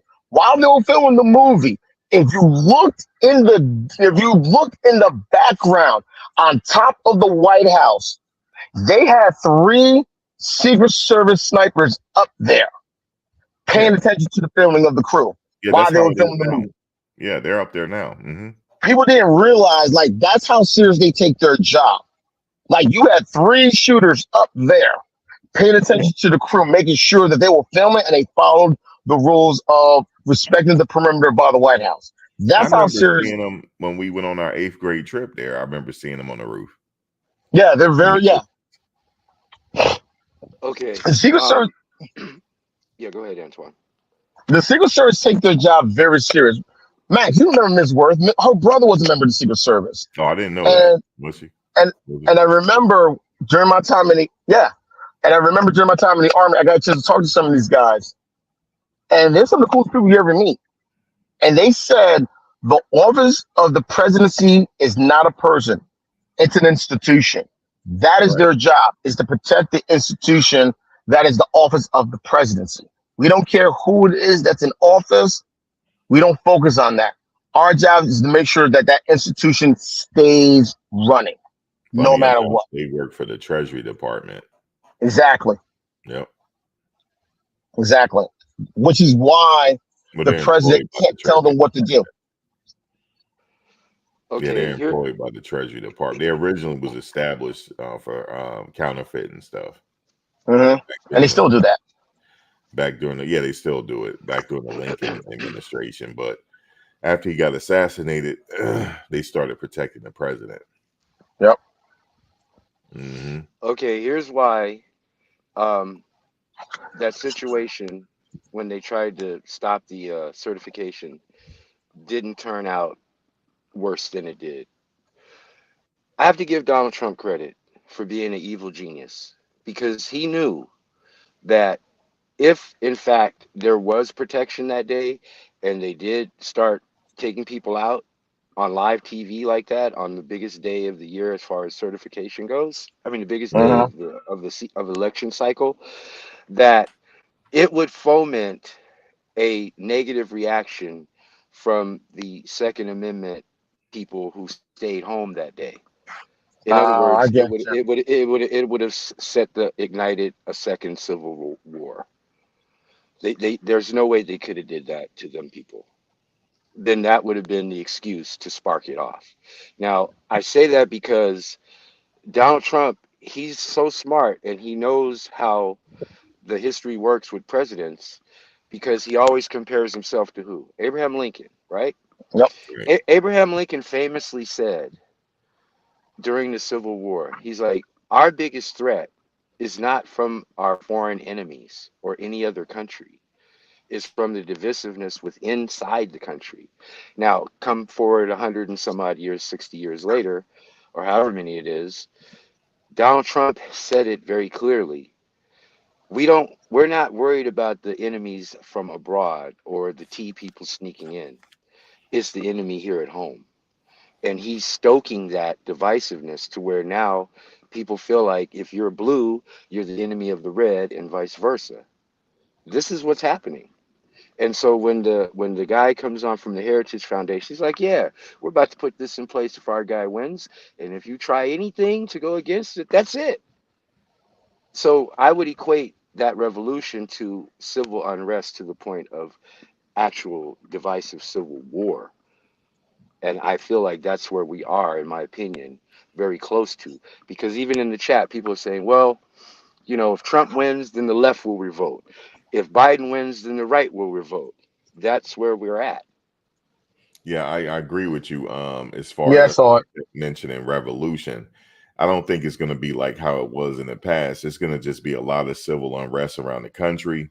It's going to be a lot of people attacking up just random people. It'll be crazy. If they feel like this is their last hurrah and their back is against the wall, yeah, at this point, them streets are not going to be safe at all. Here's the thing, Max, also, and also Black. I remember some time ago, and this is when Obama was in office, the Department of Homeland Security were doing an investigation on quote unquote right wing extremism. A lot of groups, in particular, like the Proud Boys, the Oath Keepers, so on and so forth. And the GOP had a conundrum about it. They were angry. They say, "Oh, you're discriminating. You're going against them because of their beliefs, so on and so forth." Now, mind you, a lot of these groups, if anyone knows anything about these groups, we all know how unfringed they can be sometimes. The Proud Boys, the Oath Keepers, the Boogaloo Boys, so on and so forth, the Three Percenters, so on and so forth. There's one particular Asian who worked at Homeland Security, and I remember reading the article. I think it was in USA Today. Going back, I think this is going back maybe like 2013, I think 2012, 2013, if I remember. And he was talking about how he was trying to tell Congress, and he put memos out letting them know the dangers of these groups. And the problem was a lot of the politicians didn't want to hear it, especially those that were Republican. They refused to hear it. They refused to acknowledge it. They're like, you're just going against them because of this, that, and the other. Because here's the thing that people forget. Those same politicians, they're voted in by members of these same groups. So that was the reason why they had such a big, uproar about it. It got so serious to where I remember an office memo leaked out. Translations, it was an inside job where it somehow got out there, and it got so bad that the attorney general at the time, I believe it was Janine Natanapello, she really had to come out and issue out an official apology because of the memo. So these are individuals that made sure that after all that happened, they literally shut down that office. They took away the majority of the individuals that they had there that were doing the research. They forced them to close up shop, and it was only maybe like one or two individuals trying to do the work of maybe 50 or 60 people. And it was something that they just didn't want to admit. Those same individuals who feel this way, not on just elected officials, but those same individuals were voting these elected officials in and making sure they stayed in office. Let me anybody got any questions on Project 2025? Because I think a lot of people don't know about it. I'm telling you, they don't. They're not aware of it. Let me. I'm asking random people about it. Let me add this to the conversation, right? Okay, so I was, Max, as we were talking yesterday, and I was on my long drive to my gig. I was playing certain videos that just popped up on my feed. It's weird how you be talking about something or texting about something, and then you turn around and the shit pops up in your feed because these smartphones are smart. The AI is smart, right? Right. So this one guy popped up, and he was talking about the response to the quote idea of the Second American Revolution. And he was speaking specifically to Gen Zers. He was like, part of why Hillary lost, not just because she wasn't so appealing to a lot of people in different factions, but specifically with the Gen Zers, they felt that the shit was rigged on the Democratic side to keep Bernie from getting his spot, rightfully. So they were like, well, we're going to teach you a lesson, Democrat Party. We're either going to sit out on the couch, which is a big thing now, the couch gang, or we're going to vote for Trump to show you how we feel about how you cheated Bernie. And so the dude was like, well, what was the lesson? Exactly. And then he was saying that now with this election, the revolution stuff is on the table. And if these Gen Zers don't see it for what it is, and they do the same thing, because they could, Max, you said it best, they could swing the election either way. They can. For the first time in history, right? Right. So he was saying, look, if you think that this Project 2025 isn't a real thing, imagine this. So Trump wins the election, hypothetically, right? Of course, the left is going to be upset. And by nature of their upsetness, there is the potential for civil unrest, a high potential. Right. Now, between election day and inauguration day, if that shit kicks up into high gear, all Trump has to do on day one is call for the Insurrection Act. Right. Exactly. And now any civil unrest automatically go to jail, do not pass go, do not collect $200. And by doing that and saying that he has a mandate like Reagan did in his second term, that this is what the people want. So starting now into transition day one, etc., the dictatorship is already in place if he puts that Insurrection Act on the table. Exactly. Because here's the thing people forget. It invokes the War Powers Act. It suspends habeas corpus.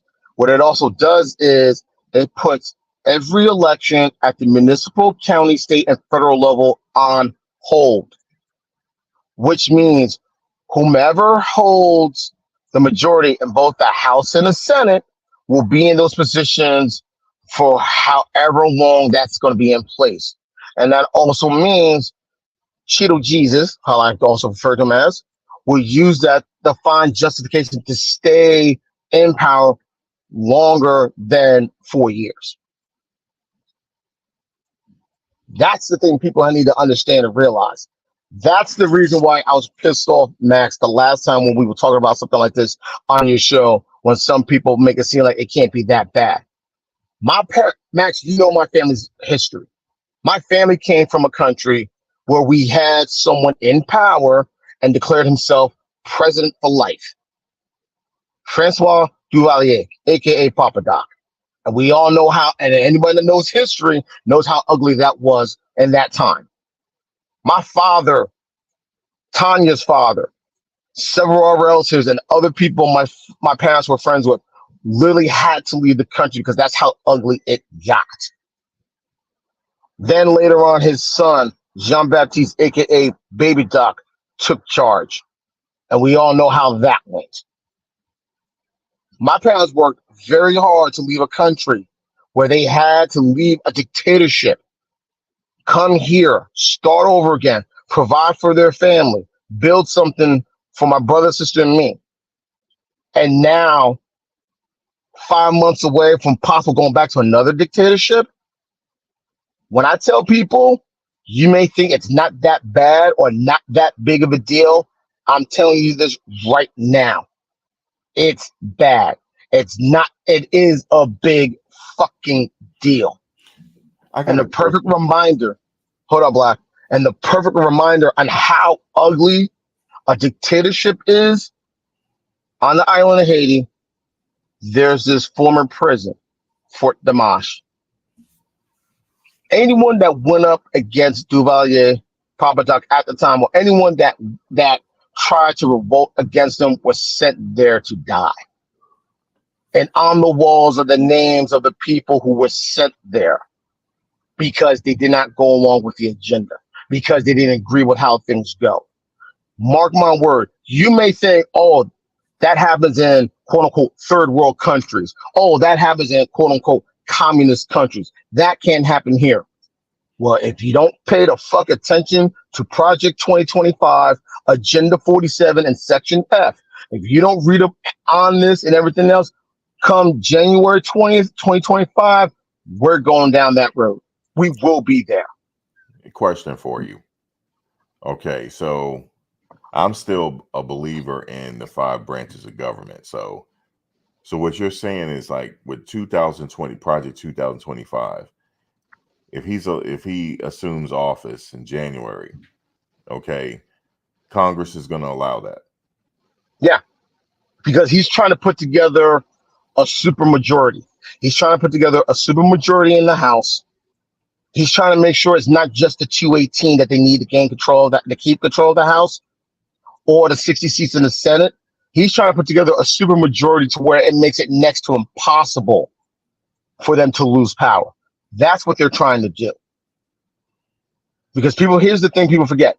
You have 435 seats in the House. You have 100 seats in the Senate. All right. If you win 52 seats in the Senate, you get majority.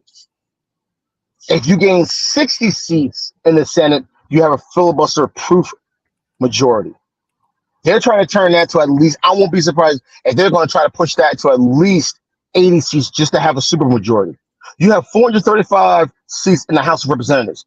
218 gives you the majority.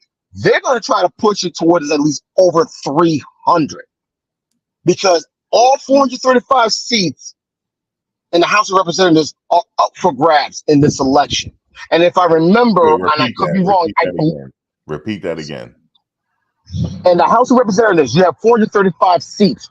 All 435 seats are up for grabs. Okay, stop right there. Stop right there. You said 435 seats, right? Yes. So that means for the young people, you have to vote in that as well. That not just the general election. You have to vote you got to vote them. You got to vote some people out too. You have to look at. You just can't vote. You just wait because some people just vote in the general election. That's it. They don't vote in their local elections. They don't vote in their look at Congress or anything. So you might want to have to take a serious look at who is representing you in Washington and do some history. And it's only a quick search on your phone. It's real easy to do to search these people. So, like he said, 35 seats. 435 seats. That's the number of seats in the House of Representatives. All right, continue. Then you have 100 seats in the United States that make up the United States Senate. Okay. 2 senators per state. And if I remember, at least 36 seats are up for grabs. 36. Because what they do is, even though they serve 6 years in the Senate, they make sure they sequentiate it to where not all 100 seats are up for a vote. Right. They spread it out to make sure that at least a significant number of seats are up for votes in a 6-year term. Right. Every 2 years. That's where you get your 535. Now, add number 3, because I'm giving everyone a history on the Electoral College. And Max, you and I learned this from Mr. Gill's class, I believe, junior year or senior year. Now, add 3. Why 3? Because that's the minimum number of representatives, members of Congress you can have in D.C. Every state has 2 senators and at least 1 representative. That equals 538. Take 538, you divide that by 2. What's the total? Come on, people in the chat. What's the total? 268 divided by what? 538 and divided by 2. What's the total? 266. Yeah. No, 269. Okay. All right. Now, how many votes? Now, how many votes do you need to break a tie? How many votes do you need to break a tie? 1. Yes, exactly. 270. Ladies and gentlemen, that is the Electoral College. They've taken something so simple and found a way to make it complicated to where people don't know how this shit works. And Max, you and I learned this shit 30 fucking years ago. People make it seem like it's that damn complicated. No, it's not. Right there. You said how long ago? 30 years ago? Remember I said this? Yeah, bro. 30 years ago, we learned this. Remember I said this in 20 block increments? Uh-huh. And what did he say in class was going to happen in our lifetime? He said some of the changes you're going to see, he said you will see things get better and you will see things get worse. Right. And he said, what did he say about them manipulating the system? They will find a way to change the system to make sure no matter what, whomever is in power will find a way to stay in power. Right. And he said that will eventually happen in our lifetime. Exactly. Somebody's going to try to stay in power. And around that time is when Trump interviewed with Oprah. You exactly. He said that he's going to run for president, but it's not the right time yet. Exactly. Yeah. The right time was after Obama was elected. After he left office, that was the right time. Okay, I want to add another Crazy. perspective. I want to add another perspective to this bigger picture concept of the Project 2025, or quote unquote the second, quote, the so-called second American Revolution, right? The best teacher to show us about this unitary executive theory is history and in other countries. Now, if you ever stop to wonder why Donald Trump admires so many strongmen, dictator leaders around the world, it's because of how they rule their people, in his words, with an iron fist. He said that. So, Yeah. Yep. so, so let's look at. I got this off of the UCLA Law School repository, and it's called the unitary executive theory in comparative context. So I'm gonna just read these like three little paragraphs, and then let's talk about it. So the author says the debate over the unitary executive theory, the theory that the president should have sole control of the executive branch of government, has proven extremely parochial. Supporters of the theory argue that the original intent of our country's founders requires presidential control, including a power to remove federal officials from their posts for political reasons. Opponents of the theory rely on functional considerations and our practice of dispersing power more widely, or as Max would say, through the different branches of government. But neither side examines developments abroad, ding, ding, ding, internationally, to see what light other countries' experience might shed on the question of whether the Supreme Court should craft a new rule of constitutional law cementing presidential control over the executive branch of government. Now, this was written years ago, right? But it's funny how it brought in the Supreme Court right there, restructuring stuff. In this case, last week, the president is above reproach legally, as long as he can say or say this is an official act. But then they don't define what is an unofficial act, right? Right. But I digress. Now, this article examines that experience internationally, primarily through case studies of recent democratic decline in Hungary, Poland, and Turkey. Trump loves the dude who did this in Hungary. He praises him all the time. I went over there to Hungary, but I didn't go in the country because the shit over there is draconian right now. As a foreigner, a black man traveling over there, I didn't want to put myself at risk getting caught up and y'all never see or hear from me again. So I This kept it is in. I kept it in the Czech Republic and Slovakia, but I didn't go to Hungary. I could have went there within an hour, and the dude told me, he's like, man, I don't think you want to go there. The Turkey is tour the guide. same way. Okay, and Trump praises Erdogan in Turkey. I have not heard him talk about the leader of Poland, but he definitely talks about the leaders of Hungary and Turkey. And not only that, he praises Z from China, he praises Kim Jong from North Korea, and he praises Putin, and the guy in Saudi Arabia. He loves all them people. Crown Prince Now, Abdullah. of Saudi Arabia, the one that chopped up the guy. Gotcha. Okay, it shows, the article shows that centralization of head of state control over the executive branch of government provides a pathway to autocracy.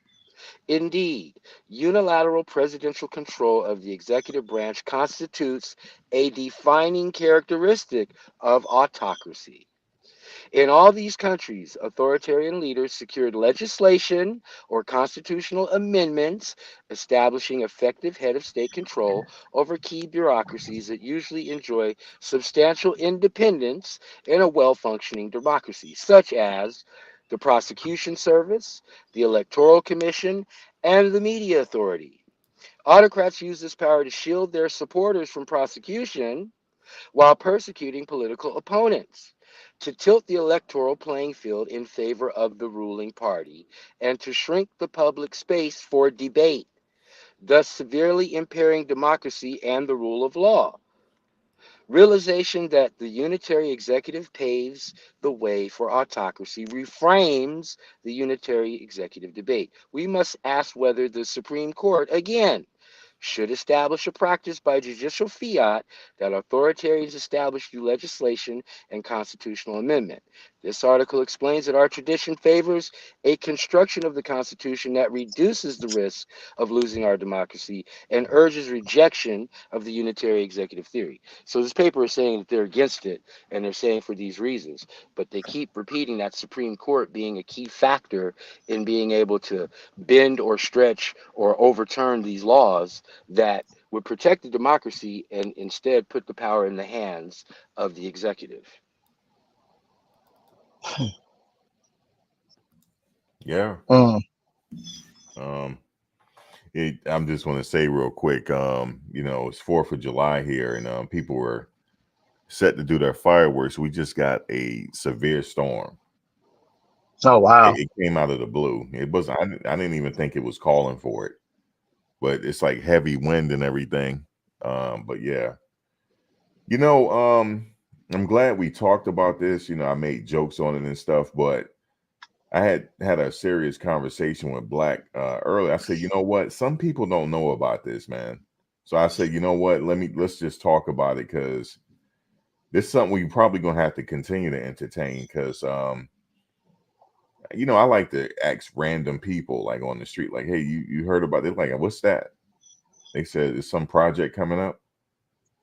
Some people don't know, but now that you'll be a little bit more informed when you go to the polls later this year. More aware of what's going on. Like you mentioned, I know you had mentioned Haiti earlier. I know you know a lot about it because your family lineage is from there, but you'll be surprised on how a lot of Americans don't know a lot about not just domestic. You would think they would, but foreign history as well. You'll be surprised. Hey, Samantha. Hey Max, everybody. Sammy Ken. Hey Sam. Hey Samantha. Hey, Samantha in the hey, you house. guys. Well, I was listening to you. All I could do was shake my head. That's all you can. Why? The ball is already rolling. It's been rolling, Samantha. Like we were It's, talking about the Heritage Foundation. It's been going on since the 1980s, since I was a Mm-hmm. kid. It's been rolling. We were talking about this 20-year increments. I had got that from somewhere. I was listening to, I think it was a TED Talks one time, and also I heard it from Obama as well. He said, he was talking in the realm of change. He said it may not look like change is happening, but long as they inch a little bit in the right direction in increments, that's all you can ask for. So they do, the power structure and the powers that be do think in 20-year blocks, 10 to 20-year blocks. Like I had said before, Samantha, they just can't come out and drastically say, no more right to choice. It's like it's slowly being reintroduced into our lexicon and train of thought. And then eventually, bam, it's here. yeah, How people you can't be doing? like, I'm doing fine. How are you doing? Doing all right. Hanging out. We having a conversation on this 4th of July, Independence Day. Are you celebrating? No, I was tempted to buy some chicken off somebody that was barbecuing. Did you read Frederick Douglass' essay on Independence Day? Nope. He didn't care for Independence Day. And the funny part about it was he was the keynote speaker at that event. he was the key, he was the keynote speaker at Wow. that event when he presented that essay. And there Yep. was a lot Wow. of long It, faces in there. it was in 1852. He was like, "This is a farce. My people are still in shackles, and you want me to come up here and celebrate with you? Yep. Fuck out Mm. of here." And it was a long speech, and they just sat there and watched him give them that work. So Every now and then, Uh, I'll entertain a speech on Independence Day. Sammykins, Mac, I'm curious, Sammykins. You said as you were listening, I guess you jumped in the middle of everything. You were shaking your head. What made you shake your head, Yeah, sis? tell us why. You look at got the floor. Max. Max is messy. No, you Everything had the y'all was floor. Why are saying, you I was shaking your shaking head? my head. I said, these poor babies. Y'all got the game fucked up. It's okay. Who is y'all? You with him. Tell us. Explain why. Pourquoi? No, just generally speaking. I mean, what do you find in the information that we were providing that made you shake your head, sis, and makes It you was feel a that lot. we're lost? No, you're not lost, Black. You're not lost. You're Okay, not. I'm sorry. You said we got the game fucked up. That part. Yeah, I know. Well, Please elaborate. where society is, what went down January the 6th, where it is now. Then Antoine was talking about the white Nubian kings. I said, damn, it's all good. I mean, this society can't. Oh, I'm sorry. I say white Nubian kings. you got Wow. you got me I'm shaking cracking my head up now. over here. I had to unmute and be like, what? First we had unified liquefier, and now we got the white Nubian Yeah, king. unified liquefiers. So I'm shaking my head now. What? the people, the people that cannot continue the way they are. The people, I think we have seen what happens when people are left to themselves. Um, so something bigger and greater is about to step in and restore some real order, guidelines, rules, and regulations, and I don't mind. I don't mind. So The only one way I see that happening is if Cheeto Jesus wins and the man upstairs snaps his fingers behind his head, says, I don't think so. I don't like competition. Because that's what he's doing. He's putting himself at that level. He's putting himself as this savior. He's putting himself at this level like he's the son of God. And I think the man upstairs is going to look at him like, I don't think well, so. he I don't doesn't like think competition. they don't think that he doesn't think he's the son of God. What he sees is danger. The other side is incompetent. He's Biden is incompetent. This is scary. This Mm. is real. Well, He's not right. Go ahead. let's stick. I put like this. I'm What you about to listening, say, guys. Black? I'm gonna be on mute. I'll be back. I'm I listening. wanted to say real quick. Let's stay on J6 for a hot second, right? Okay. Imagine if they had succeeded with whatever they were trying to do.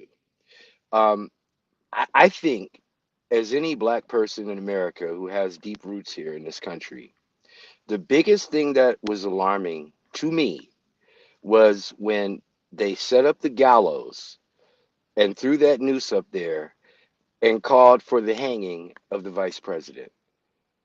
I'm like, okay, so we gonna let this rock out for real? Man, that was a bunch of rednecks, Black. Please, in the name of Uh, Jesus.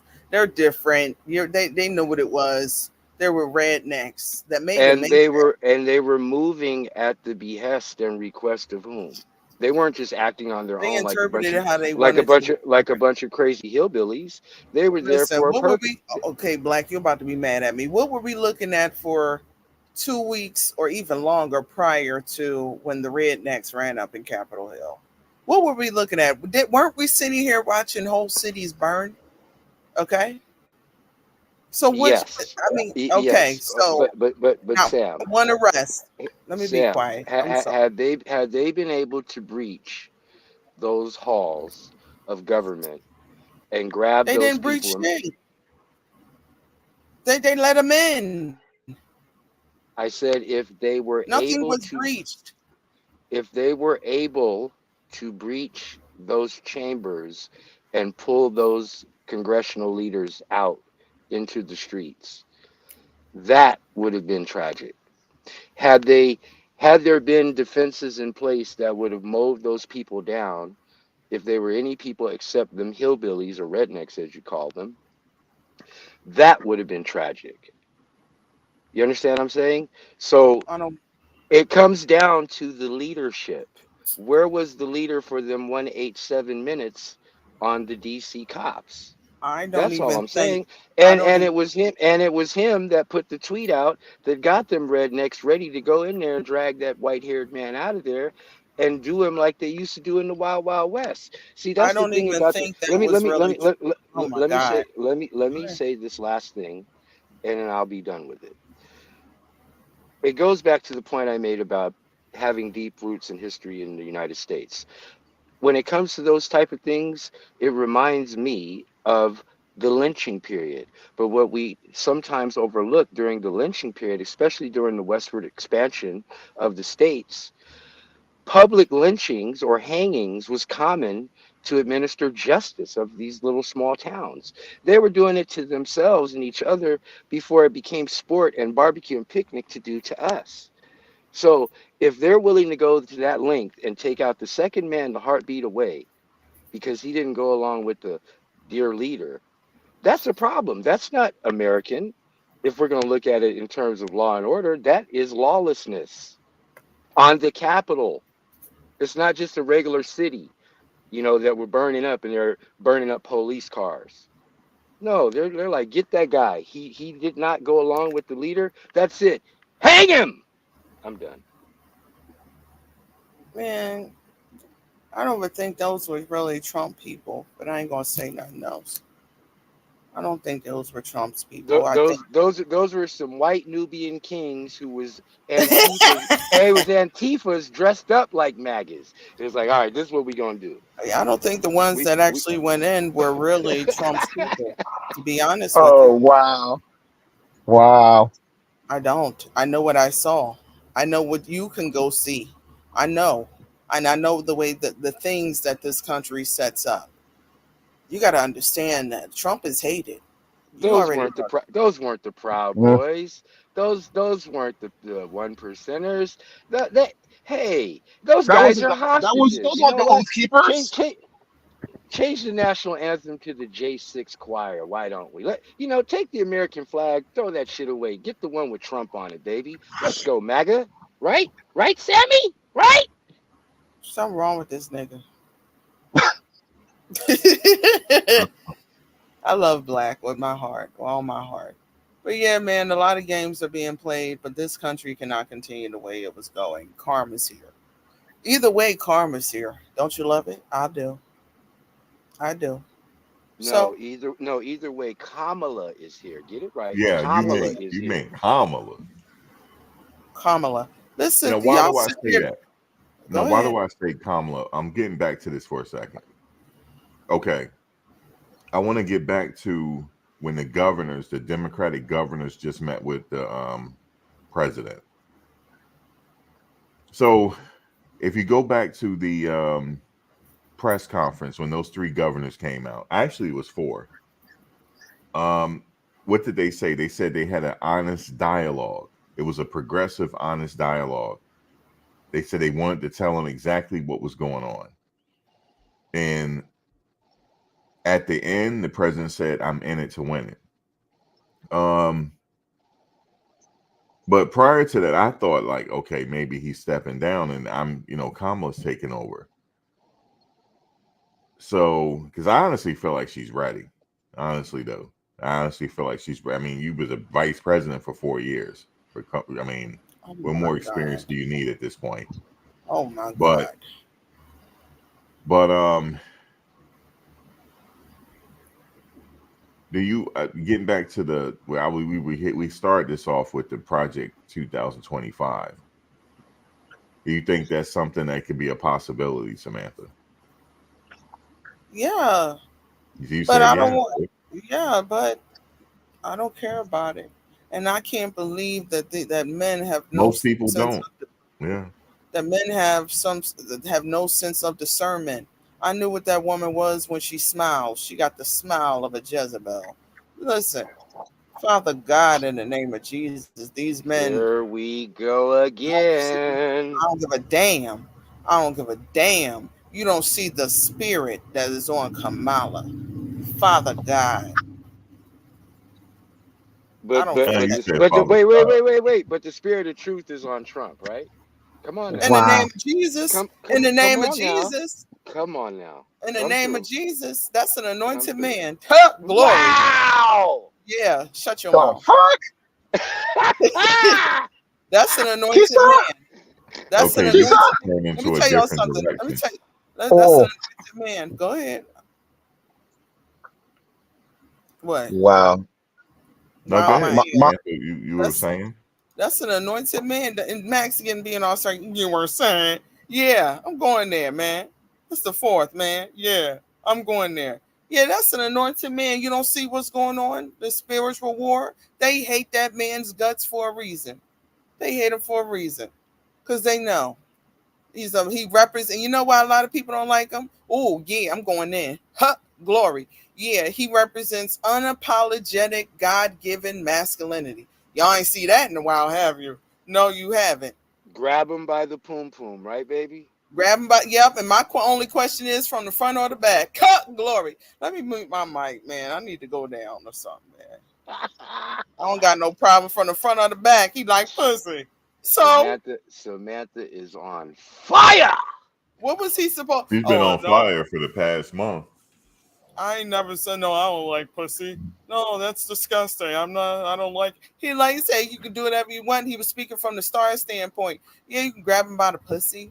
My whole thing. I had a dream about him too. After that, I'm sorry, but yeah, my whole question is from the front or the back, sir.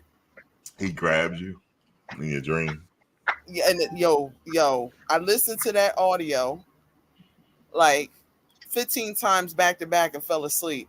So the dream picked up. I was like, I don't know what I was, his secretary. And when that door closed, I said, I hear you like to grab him by the pussy, but from the front or the back. He said, I'll show you. Oh my God. Oh my God. Yo, all I saw was stilettos in the air. I said, oh, I had to wake up. I'm sorry. Well, we know where you lie. Man, it was a dream because I listened. I said, what the hell happened? Something said you listened to that audio 15 times back to back because I wanted to peep the energy of what he was saying. He didn't even sound like a predator. He was speaking from the standpoint, look, I'm a star, I'm a celebrity, and these women, they Most want predators me. don't. Most predators don't. What does a I predator know a predator sound when I like? hear or see a predator. Really? Okay. Yes, I Okay. do. He didn't have that type of energy. And Billy Bush was sitting there, oh my God, sir. I said, man, this was just regular, like he said, like his wife said, locker room talk. It was nothing deep. He didn't do no ditty to nobody. He no ditty. Oh, I guess E.G. and Carroll is getting that money for nothing, huh? And I guess Storm Daniels lied about it as well. Yeah, he Stormy said it. Daniels said, Hey, oh when he my said at the debate, I did not have sex with a porn star. You agree with that, right, Sam? He didn't, huh? man, don't nobody give a damn about no what he called Stormy Daniels horse face. She void and null by default. He didn't do nothing with that woman. If he did so, she got paid, and she in fact what she did was extortion. Let's talk about it. The hooker holes. Shout out and much love Well, to him. well, well, with that line of thinking, we might as well just go ahead and free Nasty Nate while you're at it. You said what? Free Nasty Nate, Nature Boy. Same scenario. Mm. One demon took out another demon, sir. It is what it is. It is what it is, sir. she keep it. She speak One what's on demon her took mind. out another demon. It's that simple. But in So terms of can Trump, so, so listen, can we can you say the same for what? Trump and Biden? One demon will take out another demon. I mean, who Pretty you want to vote? much. Who you want to vote for? Lucifer or Satan? I don't get that energy. I don't get that energy off of Trump, man. We need the man. That man. We need that man right now. We need that. He knows some shit. He's preventing some shit. But We you need go, a good. and it's We need a sad good and strong disturbing. man, huh? We need a good strong Righteously man. so. And it's sad and disturbing to me that the condition that Biden is in, people still want to vote for that. He ain't He no No, makes I me. had man. said Oh, He I ain't no earlier. can't. man. That man That's was why. over. Go ahead. That's why you got Kamala right there in the wing. She's ready to No, come Look, out and you talking swinging. about this turkey neck bitch. Let me talk, All Samantha. right. boy. Oh, all right. Max, you were saying No, no, I about the was saying. No, I was saying, Samantha, that no, a lot of people are not confident in Biden no more. They're not. I just covered my mouth. I'm so sorry I let that out. Y'all don't see the spirit of that woman. She had ideas. Let me tell you what. Y'all don't understand grimy women. I don't, Lord Father God, help these men.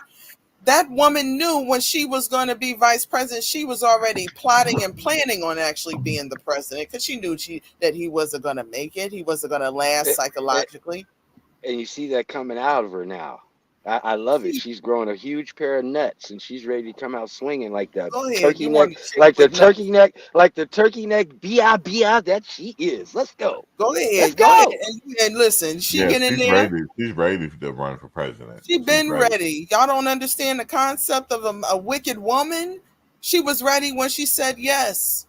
She was already had her eyes on presidency. Y'all don't So, understand how wicked so, women operate. so wait. I see the game. Would you rather have Kamala or Vivek? Or who? Vivek Ramaswamy. Would you rather have Kamala or Nikki Haley? Let's You go mean there. the Marada? Let's go there. Yeah, Namrata. Let's go there. Who would you take? Vivek, Kamala, or Namrata? I'm gonna have to go Samantha. with Kamala. Ah, Yeah, if Samantha. I had to choose between the three, it would have to be Kamala. I can't go with Nikki Haley. Nah, yeah, she I mean, when she came out and said what she said, I was like, mm. Yeah, I can't I go was with her. shocked but not surprised. Y'all She'll see for she's sure sitting have there us So on talking mute. about so I no. So listen to Sam, Tupac. for real, I like hot sauce and you for real, niggas done fell for it. Father for God. for real, Sam. And she smoked weed with Too Short at the vice president's house, and he said, "Yeah," all up in No, I there. don't. I didn't like the hot Um, sauce comment. I didn't. Then y'all but sitting up pandering to Samantha, that no, insulting Samantha, shit. seriously, what is your biggest fear should Kamala assume power? What are you afraid of? What's the worst that could happen if she's the president, in your opinion? I mean, it's so we already at the worst, but we don't need that spirit, that inner Lord Father God. I'm just gonna keep praying. You niggas, I can't take it. So Pound town. you're more afraid of Kamala, and you're more comfortable with Trump. Admit it. Yes. What is it? You acting like it's a scandal? But what are you I'm afraid telling of? you, yes. You still haven't identified other than hot sauce and turkey necks what it It's is the that you're energy afraid with of. that. I understand her kind. I'll put it to you like that. What do you think I she's thoroughly capable of understand her doing? kind. Me and Rachel was already tapping on it the other day. I thoroughly understand her kind and her tribe. Give me a scenario, a hypothetical. What is it that she could do potentially that would just make you say, "That's it. We don't have a country anymore." You know, she has a. I don't want to say it, but I ain't gonna say that.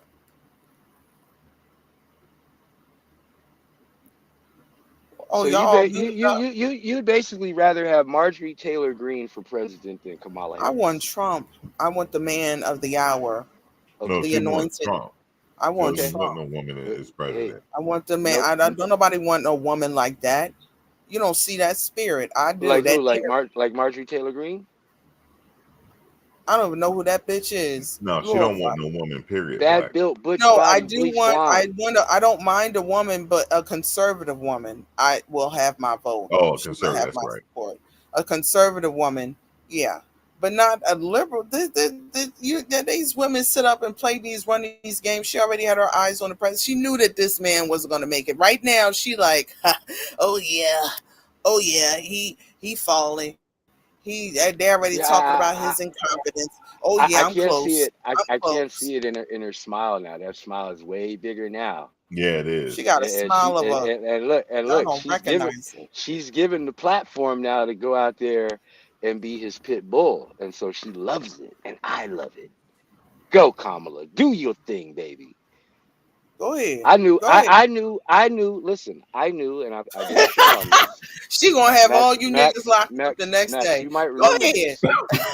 Before Biden even selected her, I did a show called "Say Hello to Your Future Vice President, Kamala Harris, my next ex-wife." Right? And so people were like hitting me up on the back chat talking about, "Dude, you're crazy. They'll never put her in there. You have to be selected and blah blah." I was like, "Look, it makes the most sense. Biden was whose vice president? Obama's. He's going to stay in line with the party. They're going to put Obama light in a female body under him. and then just matriculate her right up into that spot. It's called the Usher Raymond process. You see what I'm saying? You Mona get that mom point? said, "Are you comfortable with a convicted felon as president?" Hell yeah, yeah, yeah. I am. Some bullshit, yeah. And he got a beautiful mugshot. I'm about to put that on my wall. Yeah, I am. Mona mom. Yeah, something So different. what size of those Trump sneakers did you get? Them gold bricks. I know you Y'all got a got pair. big ass feet too. But I'm about to go buy. I wanted to get them, but they sold out. I'll check on eBay, and they probably Wow. yeah You styling you on them you Trump you actually tried to get a pair, huh? Yeah, Wow, you They really cost rock. an arm and a leg now, though. Yeah. for real. They Yeah, probably just reselling. She said, You could say, all you want. It is what it is.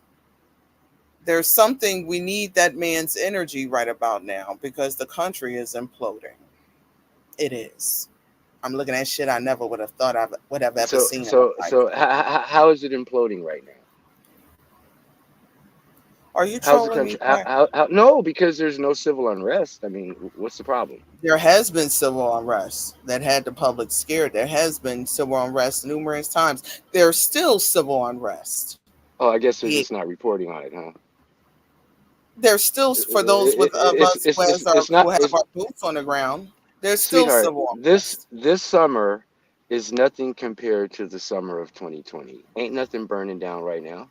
Nothing Nothing. has to be burning. Nothing.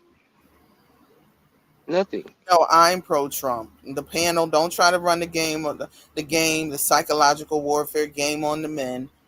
I know what you're doing. He's a panel is pro. No, I am pro Trump. That's my nigga, my orange Nah, nigga. I'm definitely not pro Trump. Yeah, see, that's what these Money type of mom. y'all don't understand how women operate. So the panel is pro Trump. That's for that she's saying that for a certain reason. I am pro Trump.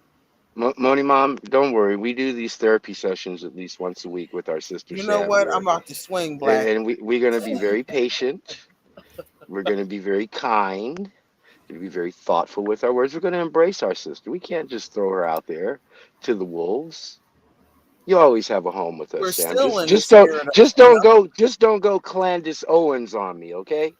Don't go Candace Owens. You would like her to be president, wouldn't you? Well, Candace Owens, Yeah. that's my baby. See, I knew it. I That's my knew boo it. boo. You already know that. That's Keep my boo talking. boo pop. Keep talking, Sam. I'm a mute out. Go ahead. So how is this country imploding again? Damn, see you chased Antoine away, Sam. See how you are? Antoine, come back, baby. And Max muted up. Max got a beef with me. Max, go ahead, speak your speech, nigga. Hey, ain't that what Dr. Umar Johnson said? Speak your speech. I'm I right was here. sitting, I was sitting here stuffing my face. What you eating? A sandwich. Hey, Max ain't say it's a sandwich. I mean the sandwich. Go ahead, baby. Tear it up. I'm about to go get He said, this. He said a sandwich. I said, what you eating back? A "See that? You sandwich. see, Samantha, you playing games with me too. How? You're attacking my voice. Say You're attacking my it my again. masculinity.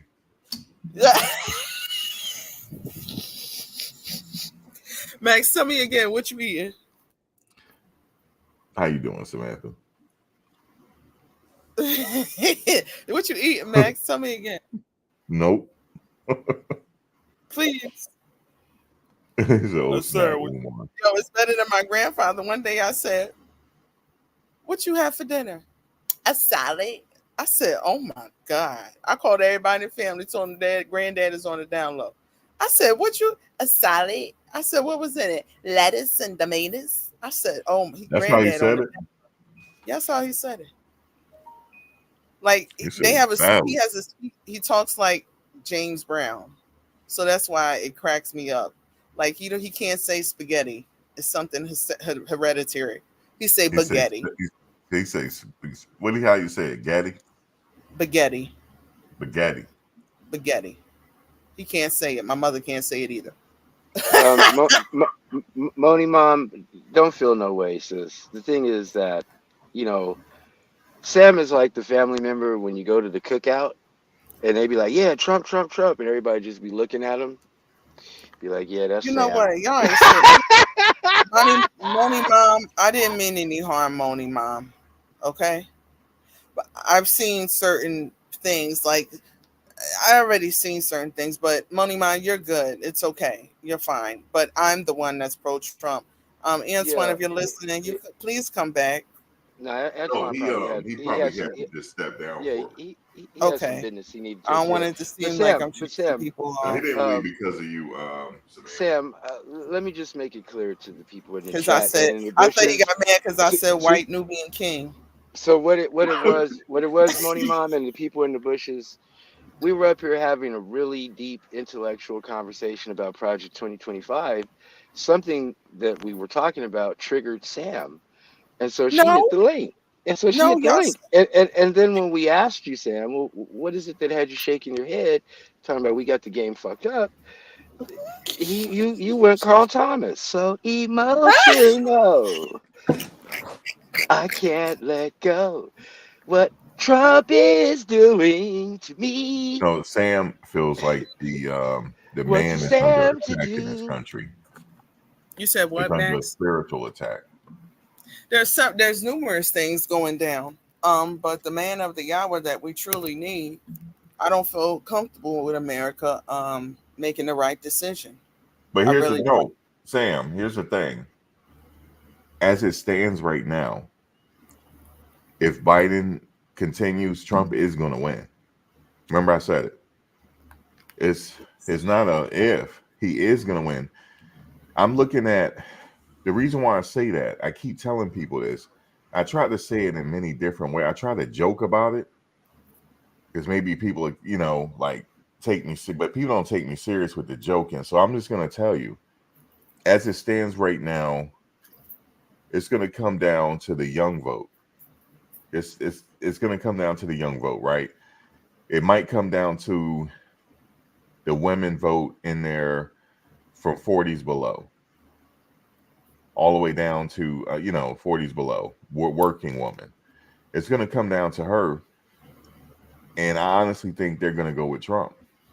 Hell I yeah. honestly think so. Hell yeah. So what I wanted to say, Kamala, ugh, um, that sounds like a STD. I Say would it say again. she has a. I would say she has a 40% chance of winning, and Trump 60%. But that could be swayed either way if she gets on the campaign trail now. They're gonna have to make. Listen to me. They're gonna have to make a decision right now. Is he gonna run? Is he gonna stay in the race, or is she gonna do it? If so, they got to make a decision because we're already in July. We just You know, started July, so they're gonna have to make a decision pretty soon. That's all I you, was saying. you know what I think's gonna And happen, they go Max. Antoine, you summons them. You know what That's I right, think. Antoine. Hey, baby. You know what I think is gonna happen. I was And let saying me some say stuff in this. the background. That's what it was. Let me say this. Let me preface this to Moni Mom and anybody else in the chat that came in midway through the live. We totally spoke about Project 2025 in as best detail with an overview as possible. So if you just go back to the beginning and watch it through until this part, you will get the full overview of what we shared information wise. Then you can go on your own and do your own research from there because it's a 920-page document. And ain't nobody got no time to do that. Or as Max would say, just let the AI read it for you, audiobook it. You know what I'm saying? But we gave you the gist of it. So with that being said, welcome back, Antoine. Thanks. I just take care of Let me stuff in the read this background. That's comment all. real quick. So Bridget Maxey said, "Everyone, please Google Project 25 and read for yourselves. Talk about replacing Biden is a distraction. Changing candidates this late is a death knell and easy pickings for the GOP." What do you guys think about that? About the comment. Thank you for the comment. Um, What I yeah. think real quick is that before the convention, Joe's wife is gonna tell him in his ear, "Baby, it's time to go home. Here's your ice cream." Come on now. And you know what you got to do at the convention? You're going to throw everything to Kamala and it's on and cracking. That's what I think is going to happen. Max, I think you're totally right about your predictions that you were making. I I mean, can see that. the only reason why I say that they are entertaining it is because the Democratic governors just had a meeting with him yesterday, and they wanted to see where he was at with it. He said he's on board here. Now, here's my other thing. Um, you can't underestimate the young vote. They're going to decide this election this time. And I'm just hearing what they're saying. I'm just, just hearing chatter, and I'm, just me asking random people. They're going with Trump, man. A lot of them are. And But I saw a poll. I don't know how legit this poll is. So, polls are polls. They could be manipulated, but it's a real thing because it's a unique situation they're in because he did show signs of slowing down during that debate. The debate, your eyes didn't fool you and your ears didn't fool you. It appears that something might be wrong with them. So that's the reason why I put it out there. I'm not a doctor or anything. I don't know. Maybe he was just hoarse, or maybe he was just not up for it that day. Some people have bad days, right? Yes. That could be right. it too. But remember this, I had said this yesterday. He is not a rookie in Washington. He's been there since he was young.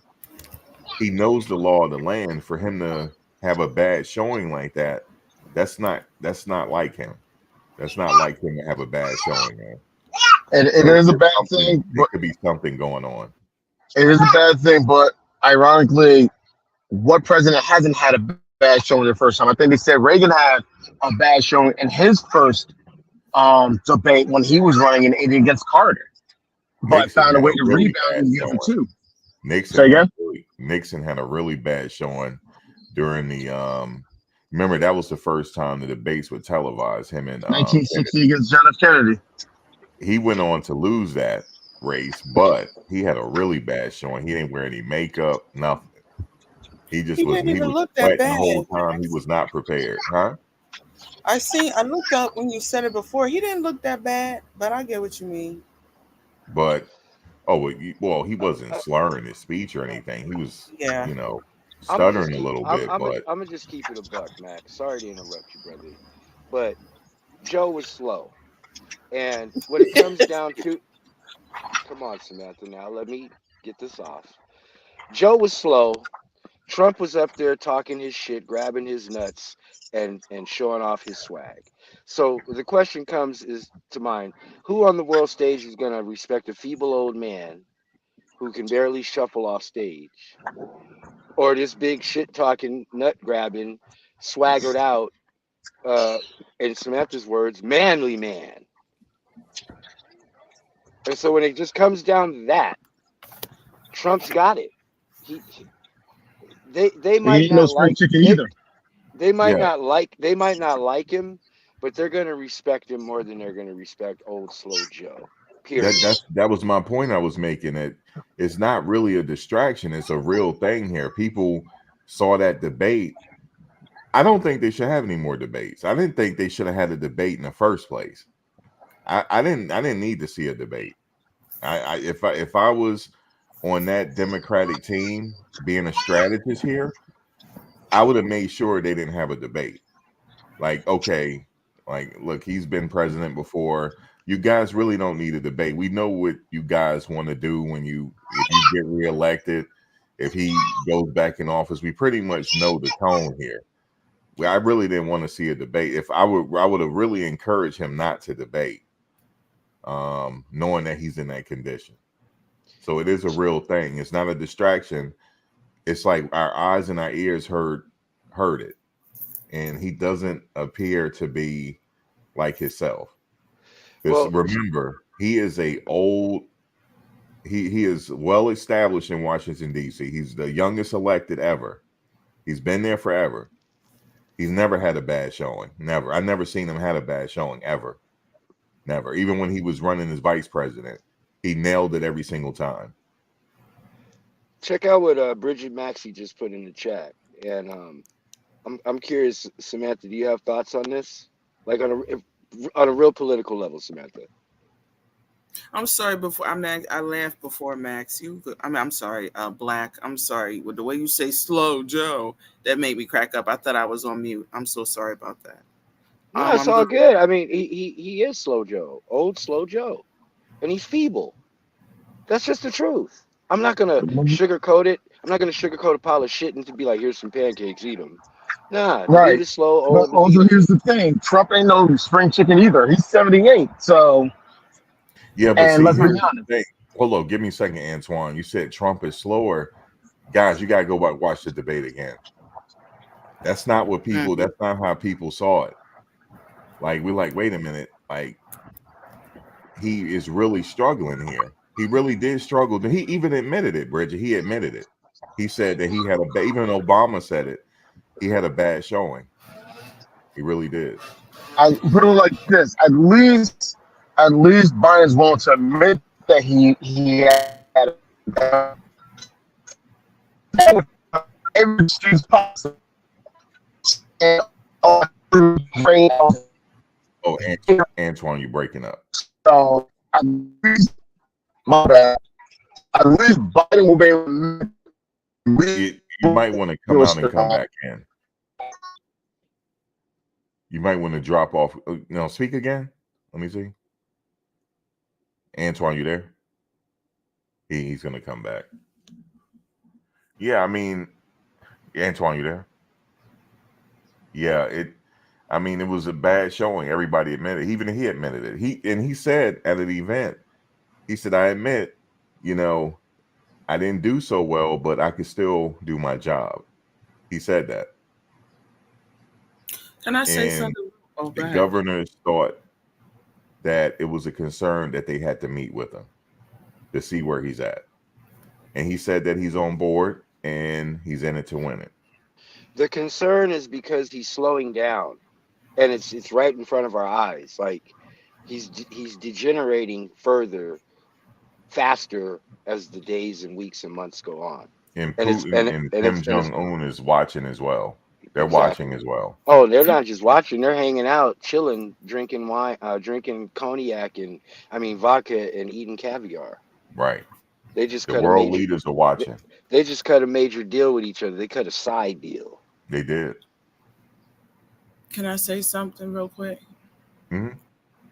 I seen a clip of Biden overseas with some world leaders.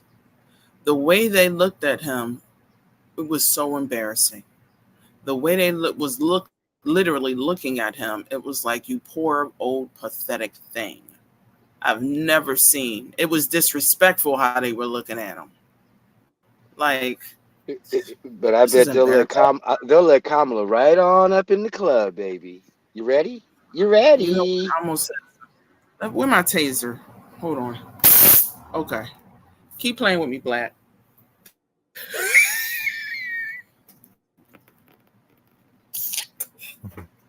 Yeah, Trump did win by default. He really didn't have to do much. The only thing they would have liked him to do was hold his composure and not disrespect, but he did go on to do that. That was the only thing that he had to do. That's why I said it was just a waste of time for them to debate. It was a waste of time. Now here's the difference to me at the end of the day, right? I'm talking to the chat right now, so don't take this personal, Sam. At the end of the day, right? Biden isn't going to do anything without whoever is handling him. He'll make the decision and sign on the dotted line if he can stay awake, right? The problem with Trump is he going to do whatever the fuck he wants to do, and that scares me. That scares a lot of people. Mm-hmm. Black, you there? Yeah, I'm here. I just had to mute out because I said what I said. Yeah, you said what you said. Samantha? I know, right? Everybody can have their own opinion. Yeah, everybody. He that's what I'm saying. mic. That's why we're talking. Everybody got their own opinion on it. And we welcome everybody's opinion on it because they are the Democratic side. They are in a situation right now. They're in an unforeseen situation, but yeah, they're in a they. I think in their minds, they would like just get Kamala in there. That's what they want because they feel like that's their chance they have is to get her in there. And just to clear the air, you guys, between now and November, unless Biden is on bed comatose and they got him hooked up to machines, Mhm. I'm voting for the man. I just can't vote for Trump. I can't. You know what? We You're might voting for taser you. No, no, again, no, man. I'm no, about to no. tase this Wait a nigga. minute. You're voting for Kamala.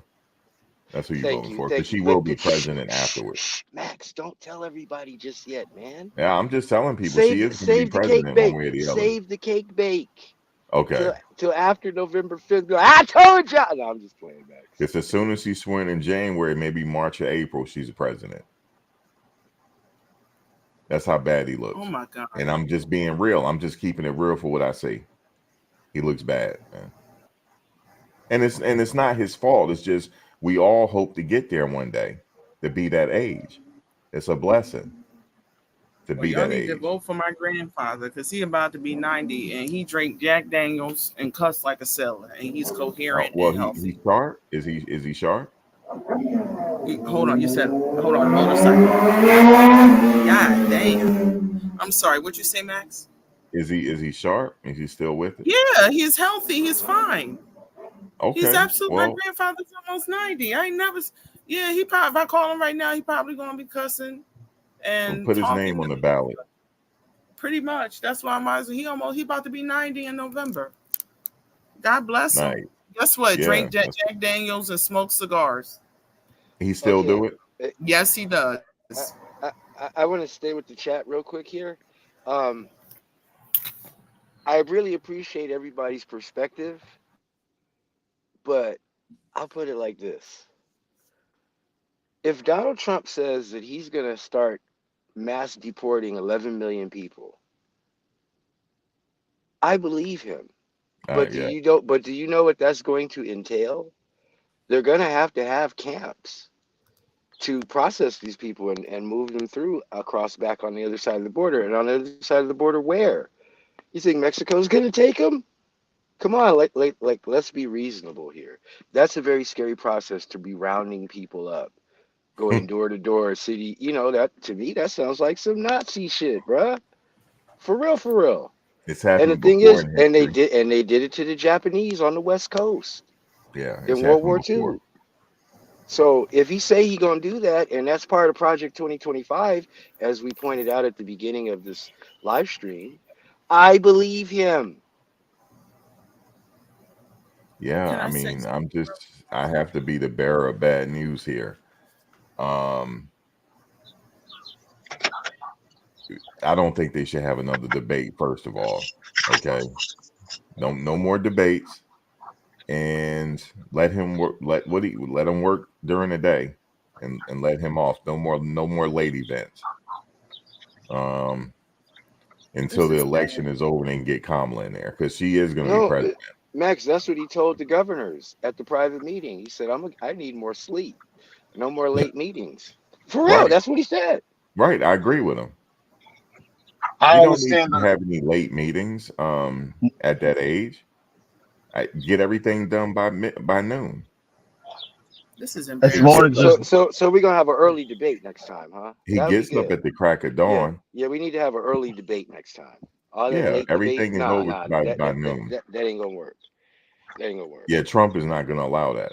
He's going to be like, Uh, No, no, but ironically, later. yeah, but ironically, Trump wanted him to take a drug test also. Want him to take a what? He wanted him to take a drug test before the first one. But he think he's on Yeah, drugs.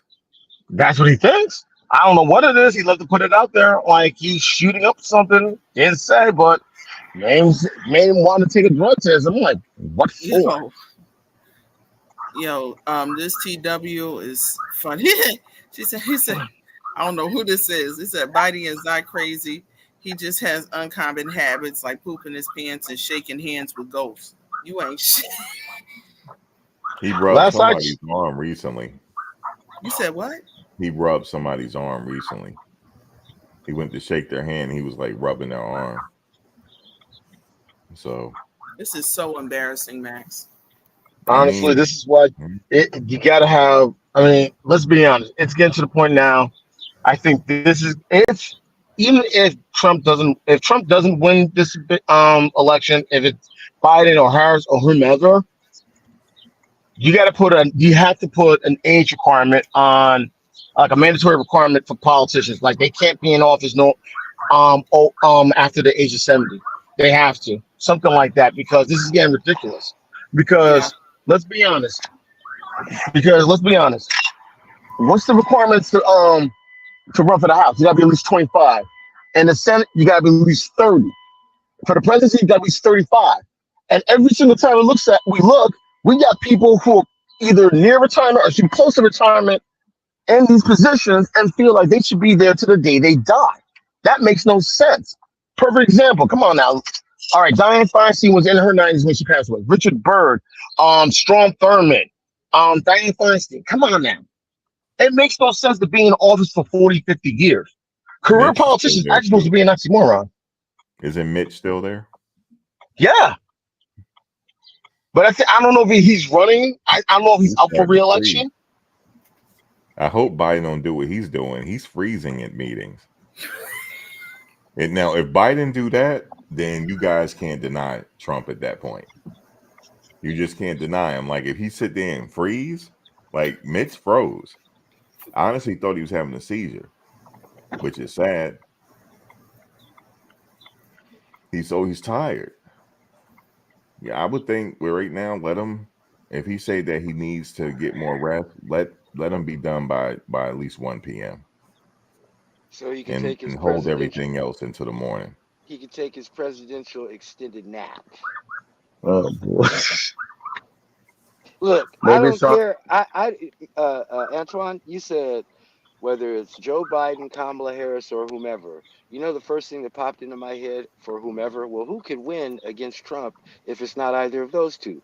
I don't care if Mickey Mouse is on the ballot against Trump. After Mickey Mouse becomes president, Disneyland for everybody in the chat on me. That's how I feel about it. I'm about to get my taser again on you, Black.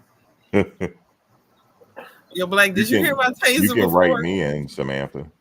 Yes, Samantha, I was so shocked. I was stunned. I had to be quiet. I was like, "Oh Lord, support that should sound like 30,000 volts, like a motherfucker fall down and have the jitters and the shitters on themselves." No, I'm not messing with you.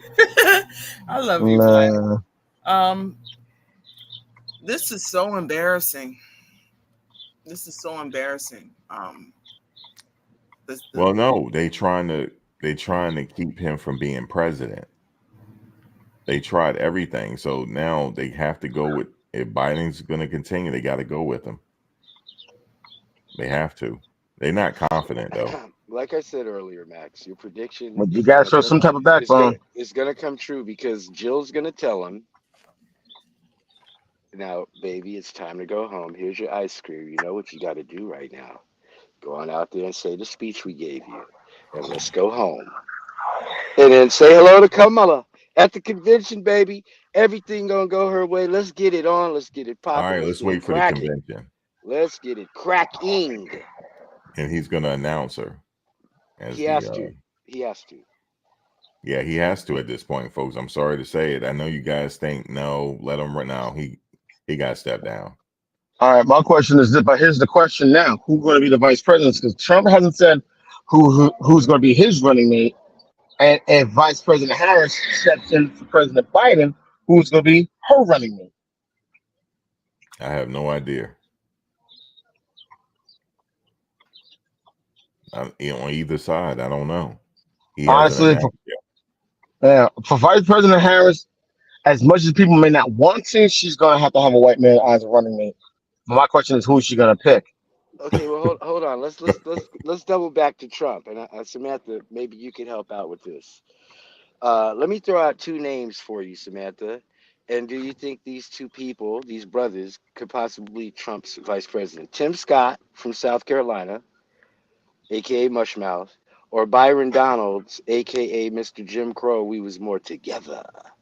Byron Donalds. Congressman from Florida. Yes. Samantha. I'm going with the latter. We were more together. He's younger. That's the thing that helps. He's younger and he's married. Uh-huh. Hmm. Interesting, because he's from Florida and Trump's from Florida. How does that work? Well, here's the thing. One Trump is Congressman from Donalds is probably going to have to step down. Has going to have to resign his position because he's a super electorate, and he's going to have to set up residence outside of the state of Florida before he even does that. That's according to what I read in the Constitution. Trump not from No. Florida, right? I read in an article. He's from Jamaica State, Queens. Yeah, he a thug. I've been trying to tell people he survived Atlantic City back in the 1980s. Yeah, I Trump remember is a that. thug. But yeah, I don't know who his running mate gonna be. He hasn't said. There's some people they threw their names out there, but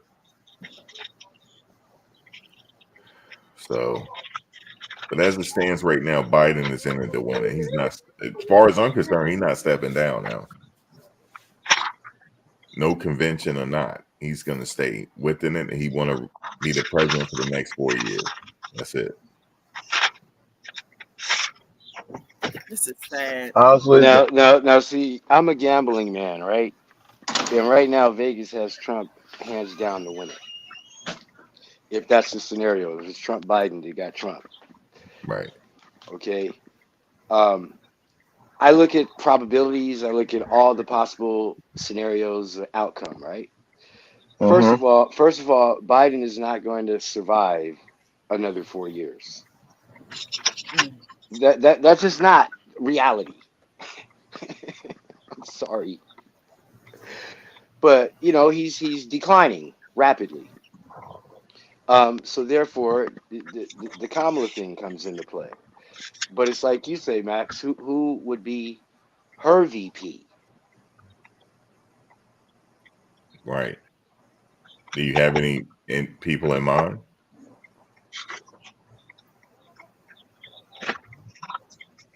Antoine? One person I could think of. I know people are gonna say she has to pick a white man, and I really don't want her to do that. A couple of people I could think of that come to mind. One could be Cory Booker. Yeah, he came to my mind. Mm-hmm.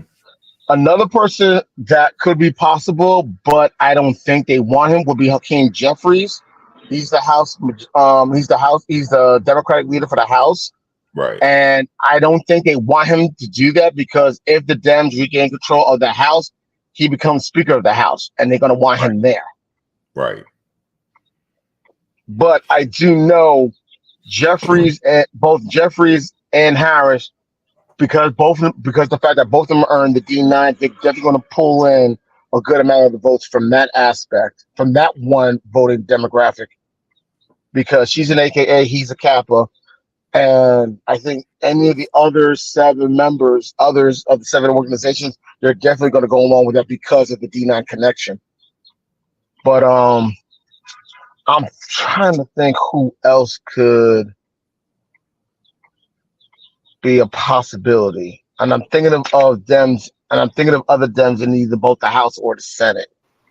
And I can't really think of anyone that comes to mind. If you're going to have an all-woman ticket, I can't think of any female Democrat that would work. I really can't. One person I could think of would be Mikey Sherrill, the Congresswoman from New Jersey. I'm in her congressional district, but an all-woman ticket, that's what's going to scare them. That's what's going to scare the GOP even more. You know? All right, And Max. maybe they should be scared. I'm But sorry. I can't really. The only people I can think of, I didn't even cut you off, Samantha. The only two people that come into mind are Cory Booker and Hakeem Jeffries.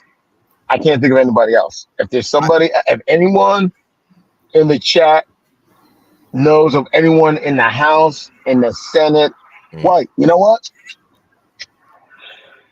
It just popped in my head. I can think of one person Kamala Harris could pick to be her running mate. Who's that? Adam Kinzinger. Who? Adam Kinzinger, the former congressman from Illinois. Yeah, he's a Republican, but he really doesn't like Trump because of No, all the nonsense. I don't think that's gonna work. Max Black said, Um, redrop the link, Max. Oh, Black. okay. Oh, go ahead, but Antoine. the reason why I think Adam Kinzinger, he and Liz Cheney were the two Republicans that were on the J6 commission when they did the investigation after after everything that took place. And I know he stepped down. I know that he chose not to run for re-election because of the harassment from the MAGA group that's threatening on his life and his family's life, which is pathetic. That shows how cowardly they are. But I think the reason why it could work, Kinzinger can bring over those Lincoln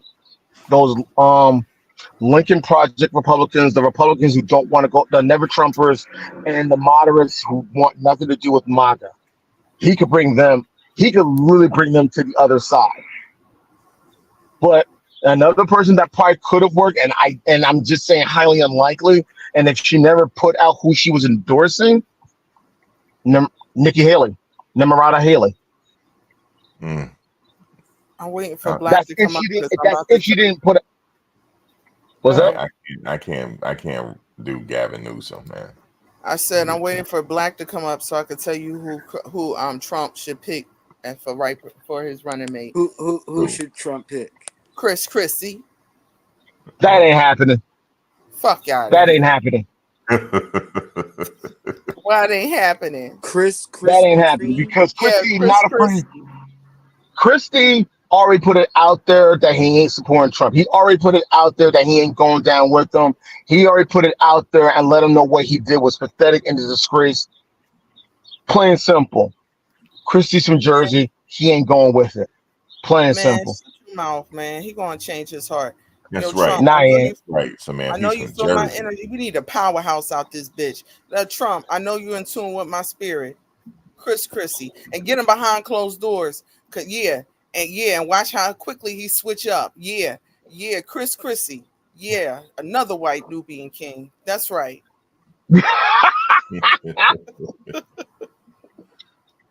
Yep. White like Jesus. Yup. Yeah. Oh man. And let him renege. Make that nigga renege on what he said before. Chris Christie. Yeah. Damn. Oh wow. Wow. Yeah, I got that one. Yup. And my spirit connected with him too. Yeah. Powerhouse. They both got Nicki Minaj hips, but I ain't gonna say nothing.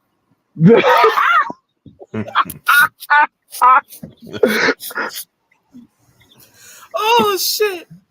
Wow. They do. I ain't gonna lie. Radio said Never seen you without their blazer. You said what, Max?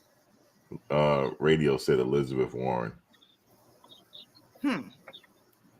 Really?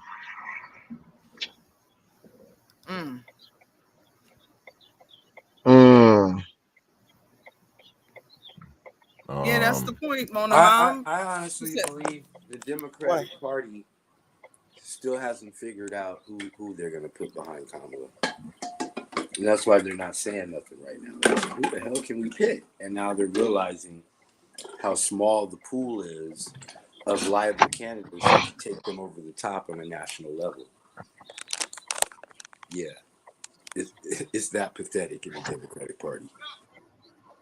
Trump and Chris Christie. Oh my God, man! That do something, man. That did something for my spirit. Glory. Go ahead, white newbie. Go ahead, man.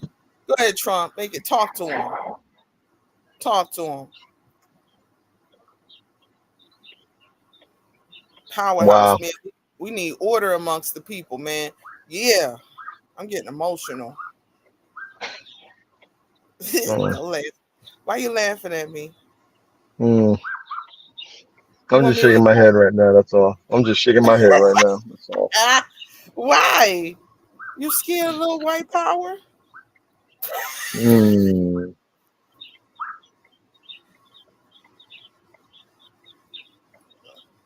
I was just thinking Trump and Christie. Wow, that's Samantha, What? going heads up with you. Let me stop.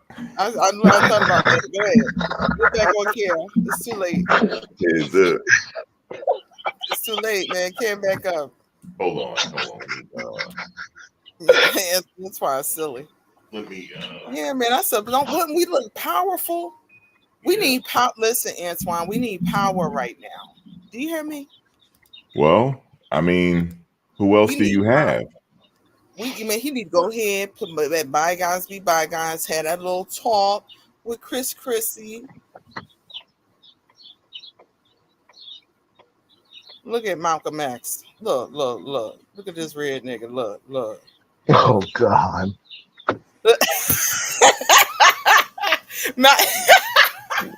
Max. No comprende. Max, you heard me? Français? I don't speak if no English.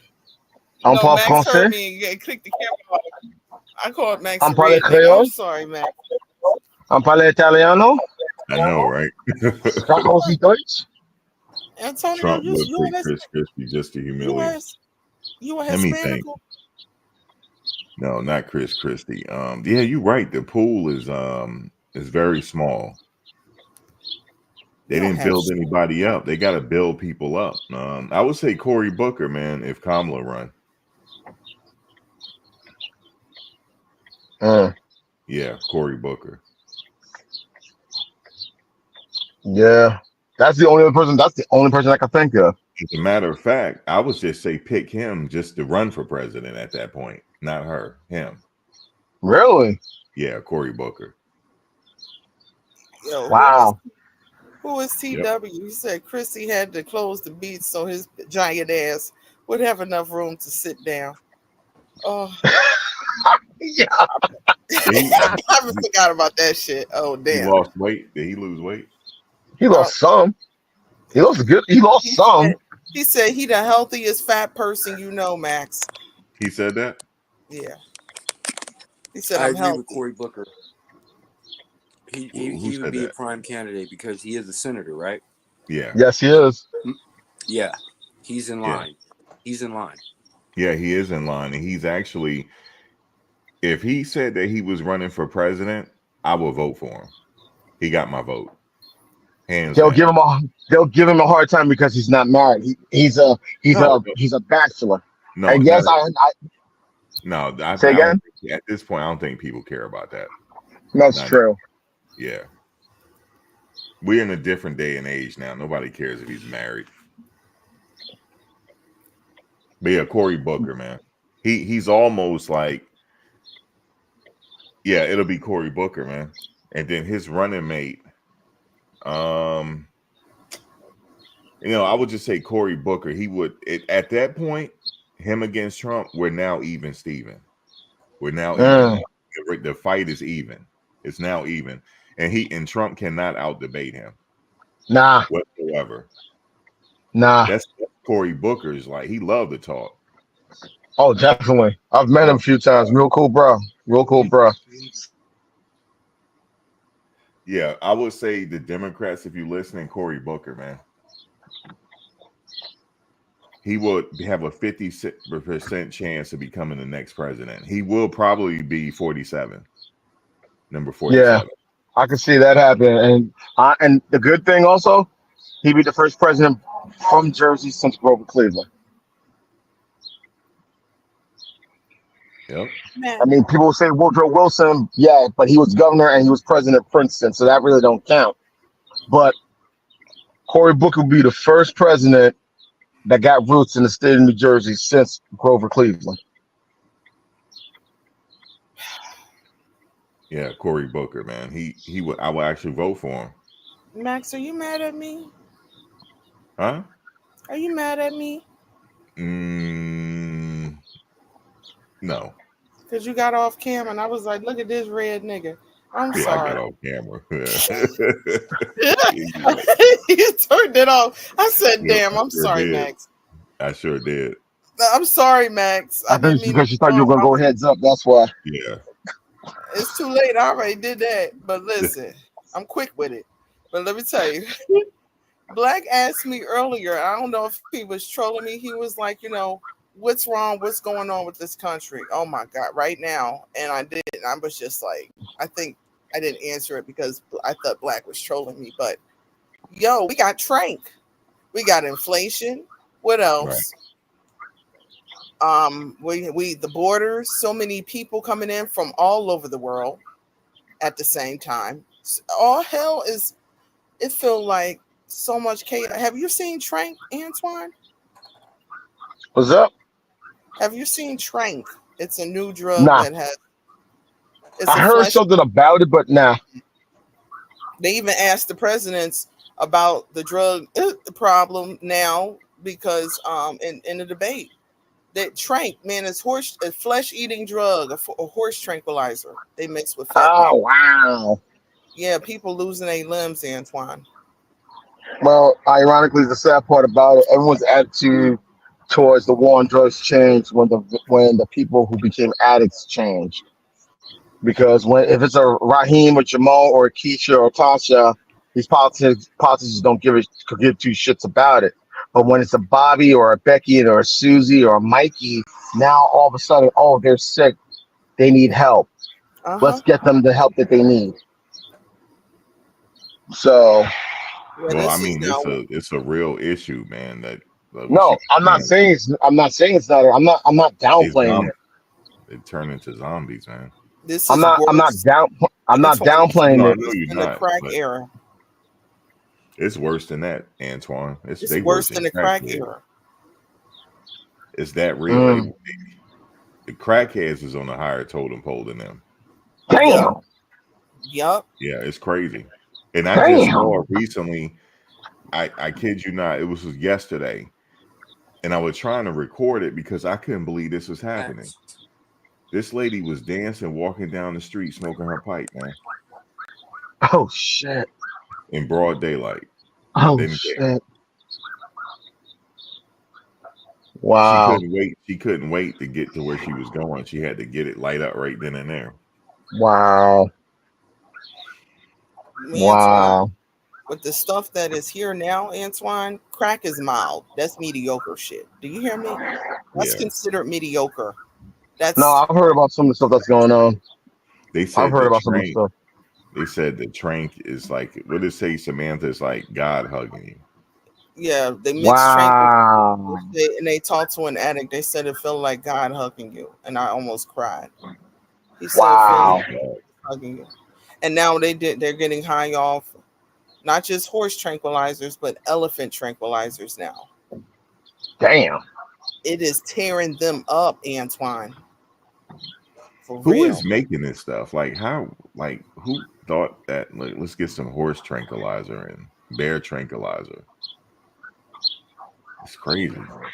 Well, the horse tranquilizers I can imagine are used by vets that work at horse Yep. stables. Anything for like show horses and race horses to keep them, to keep them calm if they get agitated. Ankle tranquilizers will be used by either zookeepers or those who work at a safari or a conservatory, like at the Serengeti.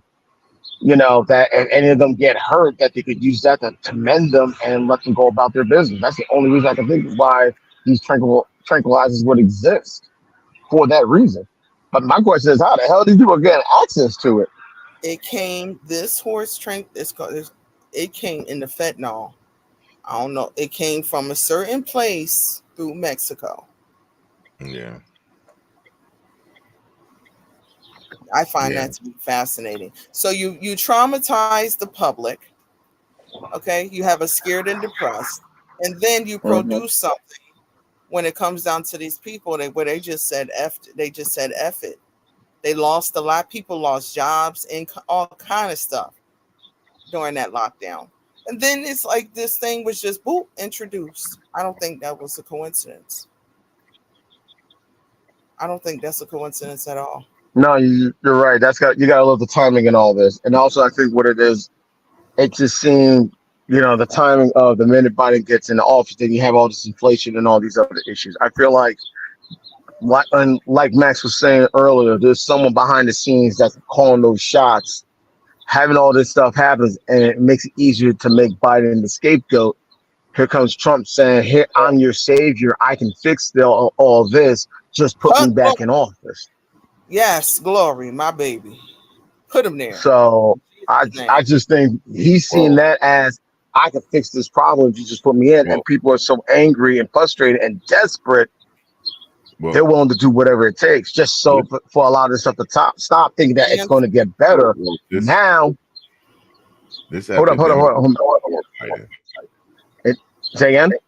This was before Biden that this was going Yeah, on. I know that, but I'm saying now, because of everything that happened once Biden came into office, he's the perfect scapegoat for all of it. I don't think a president can fix this. And that's the thing. Trump is coming out there saying, Trump is the one coming out there saying, "I'm your savior, I'm your warrior, I can fix all of this." He can't fix this, Antoine. I know you that. Need to watch the documentary on it. Antoine. It's so addictive. It's so addictive that their arms are falling. You would think if your arm is literally falling off, you would stop. The guy said he has a working arm, and that's not his writing hand. So he didn't, that was his reading. Antoine, they say it's 50 times more addictive than heroin. Yeah. See, I know what all of this shit going down is. I know what it is. Like I told you before, Max, we have entered into a whole new world, and there's a lot of undesirables. Yeah, we entered in a different realm, I think. It's just, that's what it feels like to me. They're getting rid of, in different ways, the undesirables in different ways. Young people are on it, Antoine. Yeah. This sounds like, this sounds like combination of population control for one. Guess what? It's cheap. It's cheap. It's not that just like crack in the 90s. It's not that expensive to buy. Yeah, it's just like crack in the 90s. It's cheaper than crack. And it don't last that long, but actually it lasts a little bit longer. But once it wears off, the intensity to have it again is that urge. For them, they rather not eat than they rather have that. It's that urge. That urge is, that craving is more ferocious, it sounds like, than eating. Wow. It's 50 times more addictive than heroin. Wow. Yeah, I don't think no president can fix. I don't know how they'll fix this. No, it's going to take a whole lot to fix it. They don't even have. Go ahead. I'm sorry. It's going to take a lot to fix a lot of this. And eggs are stripper prices, Antoine. What's up? I said eggs are stripper prices, man. No, I heard about that. I heard about eggs and milk and all that stuff as well. It's See, this is why I love these white Nubian kings and queens, because they sure know I got me some free eggs. I was so happy, man. I don't have no shame. Fuck that. I said, thank you, Mr. White Man, sir, bitch, and Mr. White Woman. Thank you. They got to put a whole bunch of free eggs out there. Yup. I don't give a fuck. Man. Hey, Max, you gonna pass up on some free eggs, nigga? I think it'll take more than a few presidents to fix this. Oh yeah, but ironically with Trump, with all the changes he's trying to put in, and also implementing everything in Project 2025, he's gonna find a way to stay in office for as long as he can. Why do y'all attach that? Why do y'all see that spirit in Trump and don't see that spirit in Kamala? I'm curious. He's a white man, plain simple. You know what? Where my taser at? Hold on. Say you it ain't again. Gonna tase me, woman. Woman ain't gonna tase me. Watch me. Light your ass up. Oh, I'm hurt. Brushing it off. No, Antoine the type. Samantha, you tase him, it won't even phase him. I believe it. I seen him in them police videos. I seen him. No, but serious. Why? So you really said that, Antoine, because he a white man? Please, what's the one demographic in this country that's been responsible for a lot of the nonsense and shenanigans and refuses to accept responsibility? Baby, you don't understand. There's a difference in white men. The white men you're in fact describing are white liberal men. They're different. Those are the niggas. Okay, the men you're describing, there's a difference. The men you're describing are the white liberal men. They are savages. They are a bunch of white Hakeem and Jamals. Do you hear me?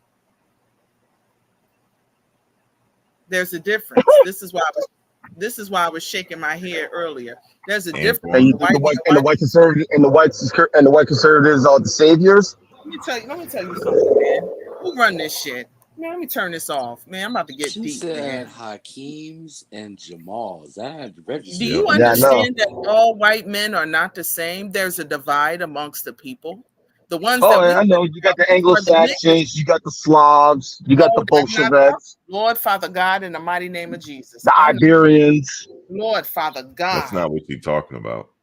Do you understand that there's a pecking order? There's we as as a collective of people, we're dealing with white niggas. Okay? These aren't the real white people and they know it. That's why they mad and they're bitter because their whole lineages have been excluded, rejected, and rebuked. What do you think they really hate Trump for? Because Other than they the know fact that that he's rich. you said what? Other than the fact that he's rich. It's deeper than that, baby. God damn. It's deeper than that. All white people ain't the same. We've been That's looking, true. they're not the same, baby. Trump and his All right, people. continue. Go ahead. All right, continue. No, I say continue. I'm listening. You've been looking at the niggas. The niggas are the white race. That's all we have witnessed and have hands-on and experience with. They're savage. And their own know they're savage. There's a lot of places these white people themselves can't go. They would get curb stomped. Do you hear me? And they know it. They're restricted. She's right. It's nothing to do with even money. They can't have dinner at Trump's dinner table. That's for sure. But these motherfuckers Uh, know not to go to Idaho or Utah. It's a different kind of white people, and their bullshit, their nigga shit, will not be tolerated.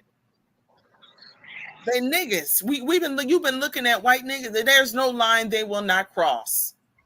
They're different. They're savage. They're evil. So the white N-words are not the same as the white Nubian kings, I take it. I'd rather deal with the authentic, organic white man than these white niggas. But that's just me.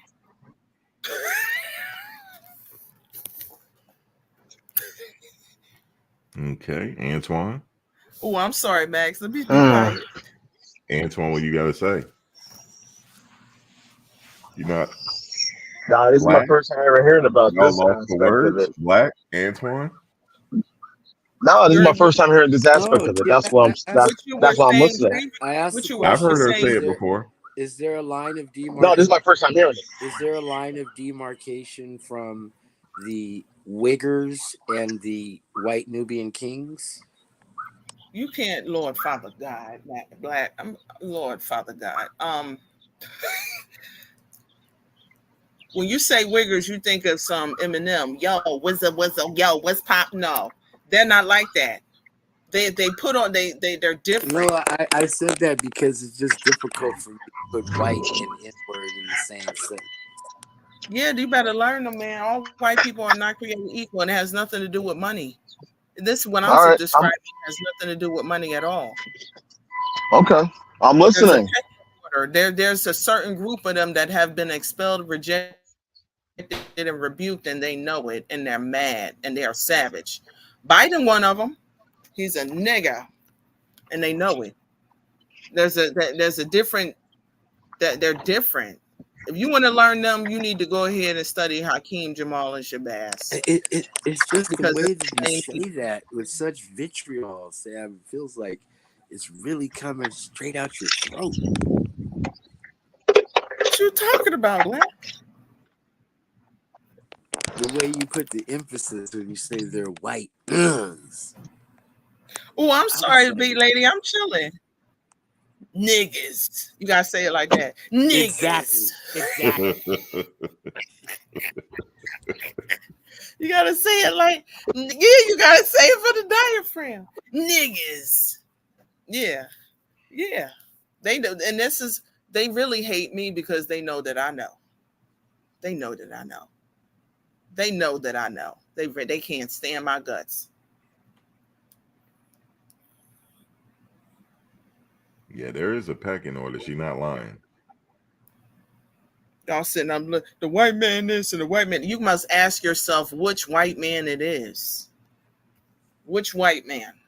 Because there's a difference. So do you have a some people have a radar? Do you have a white dar for men? Like You said how does what? could you describe the pecking order? I've never heard this before in my life. Max said I said this on people before. No, I didn't. Yeah, I you sit did. on this. You said it Oh before. well, white. Oh, okay. I heard you say it. You said they're not There's all a created difference. equal. I There, know there okay, is a babe. difference. I'll There's a explain it. difference. And I'll the explain it. ones that I'm talking about, if you want to understand them, you got to look at some pure stereotypical, good I and will explain ignorant. it. Go ahead. Kim Kardashian and Trump's daughter. There's a difference. You better They will get never into hang it. out with each other. Both rich indeed, but there's a difference. Yeah, there's a difference. They will never hang out with each other. They have And nothing in common. and when the other ones get married, they get married for business reasons. They pick who. It's almost like they pick carefully who they marry, and they're uppity compared to the regular ones, and they don't intermingle at all. They only make the other ones feel included. Back in the day when this whole thing was being set up, they only allowed certain ones to feel like they're included, but they really not included either. Niggas. Yeah, that's part of history. You remember there was a time where the Italians and the what do you call it when we celebrate St. Patrick's Day? Irish. The Irish, they weren't included. The Italians went to court so they could be Yeah. deemed white. Yeah, so there is a pecking order. She's right. It's history. It's part of history. And it's There's a still pecking true, order. still to this day. And they are bitter and angry. Man, oh, the scariest thing, a white liberal. Oh, scared the shit out of me. Yeah, they're demonic. They're vicious. There's nothing they won't do. And then with them, you got old money beefing with new money. It's a pecking order with the old and new money. At the end of the day, their money don't mean shit because they're sweating right now. See, they bitter Right. and angry for the ones that thought they was rich and solid. They're sweating right now, Black. They're sweating. How you rich and you good, but you sweating right now? You panicking, scraping pennies together. Yeah, this is the great time of the great equalizer. Yeah, let's get it. Trump 2024 in the name of white African Jesus. Let's go ahead and get it popping, man. It's a war. Hey, go ahead and fuel the white amongst the war amongst white people right now. Fuel that war, Black. Damn, you could do stand You up. said white African Jesus? She could do stand up. Who writes your material? She does. She writes it. Jesus, a white Nubian king, man. Shut your mouth. Yeah, man. It's a whole war amongst white people, and y'all don't even know it. This is a war amongst white people. We've seen it before.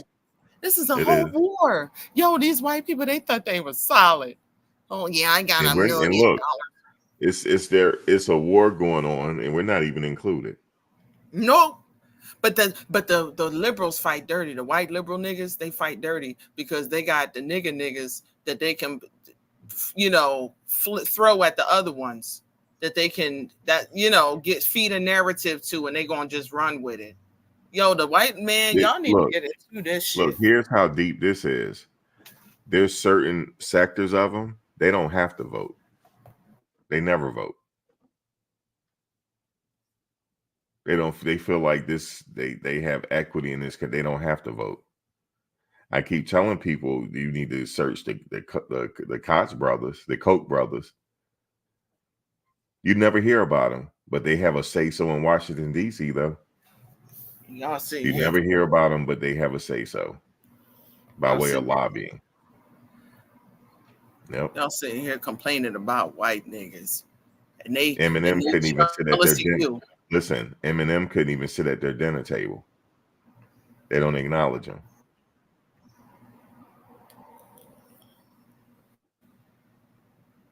Yeah, there's a Y'all pecking gonna order. learn Right. today.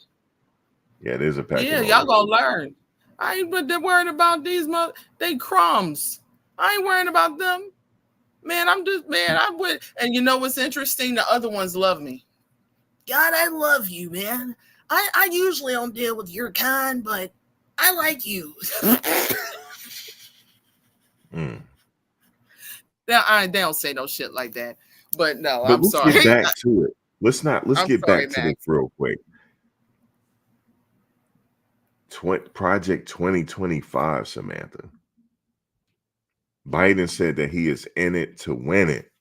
Do you think he's enough to continue to be reelected? Is he enough, man? What do you think?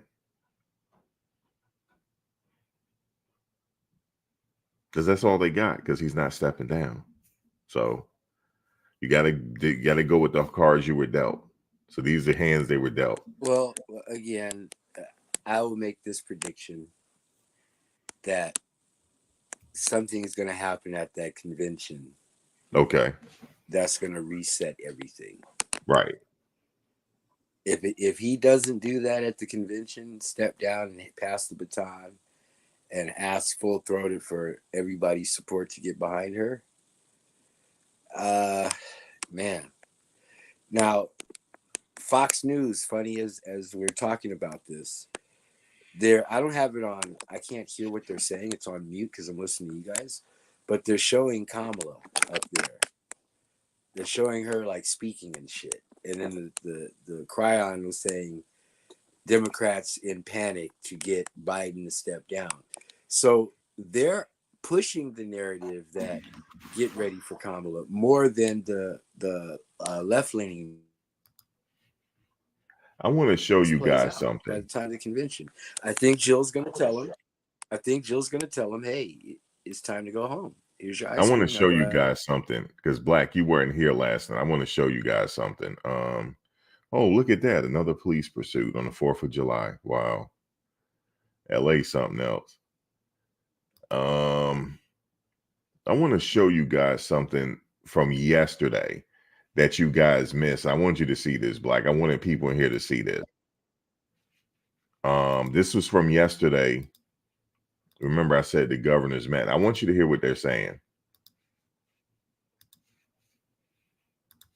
President Biden meeting with Democrat governors. Let's listen live. They just saw the president of the United States. It's not theoretical for governors. We've served when Donald Trump was president, and the threats to our nation were real. And so those concerns are real to us. And what we understand was a Trump presidency was chaos, destruction. A Biden presidency was dealing with COVID, using the science, investing in infrastructure, and working to the middle class. And all of us are trying to figure out and just want to make sure as governors, we're on the front line of many of these things. We're in states, whether they're swing states or not, where folks care and are giving us feedback. And the feedback was, we are all looking for the path to win. All the governors agree with that.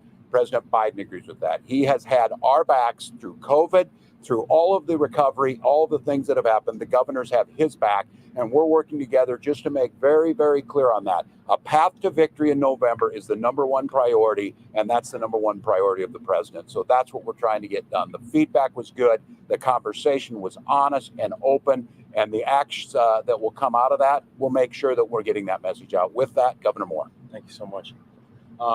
It was a great conversation with the president and the vice president because it was honest. It was candid. I think that, we always believe that when you love someone, you tell them the truth. And I think we came in and we were honest about the feedback that we were getting. We were honest about the concerns that we were hearing from people.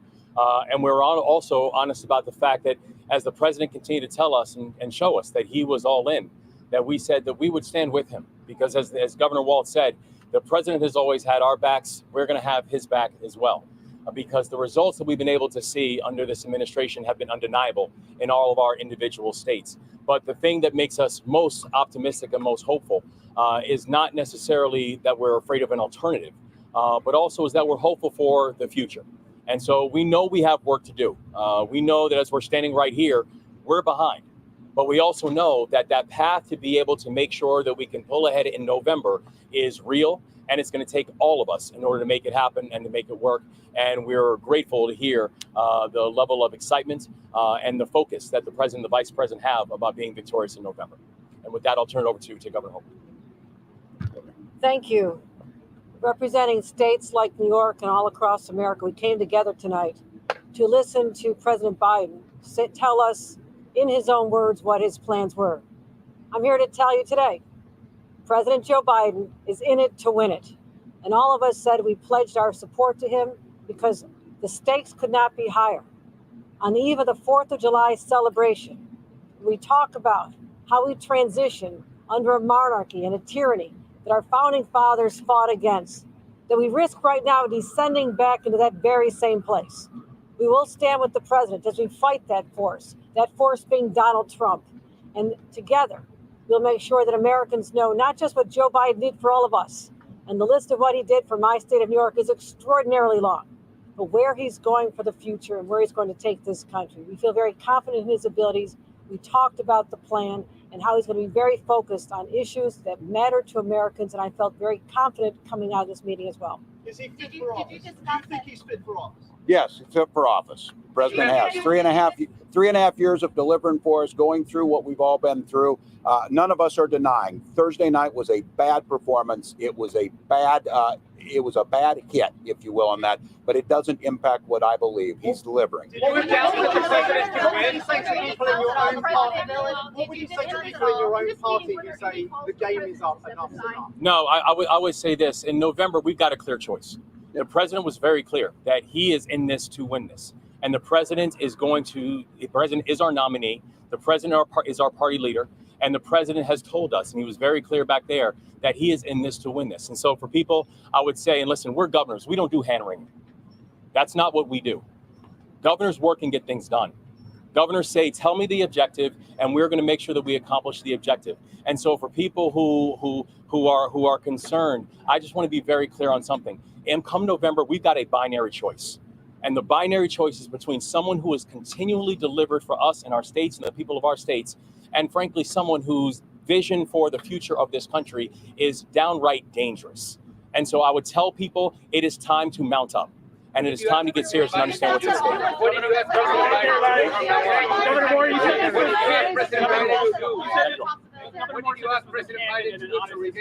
how did the president explain his debate performance to you on Thursday night? And does he understand the stakes? Did he speak about Yeah, he did. He said, look, he didn't listen to himself. And I thought he gave a great example. And when he said, look, I'm worrying about numbers on this. It's about people. It's about their lives. This is Joe from Scranton. He talks about building the middle class. He did it. He delivered. And I think this idea that you get in your own head, you get a little bit cycled up on that. What we saw in there today was a guy who was the guy that all of us believed in the first time who could beat Donald Trump and did beat Donald Trump. With that, we thank you. Hey, Sean Hannity here. Hey, click here to subscribe.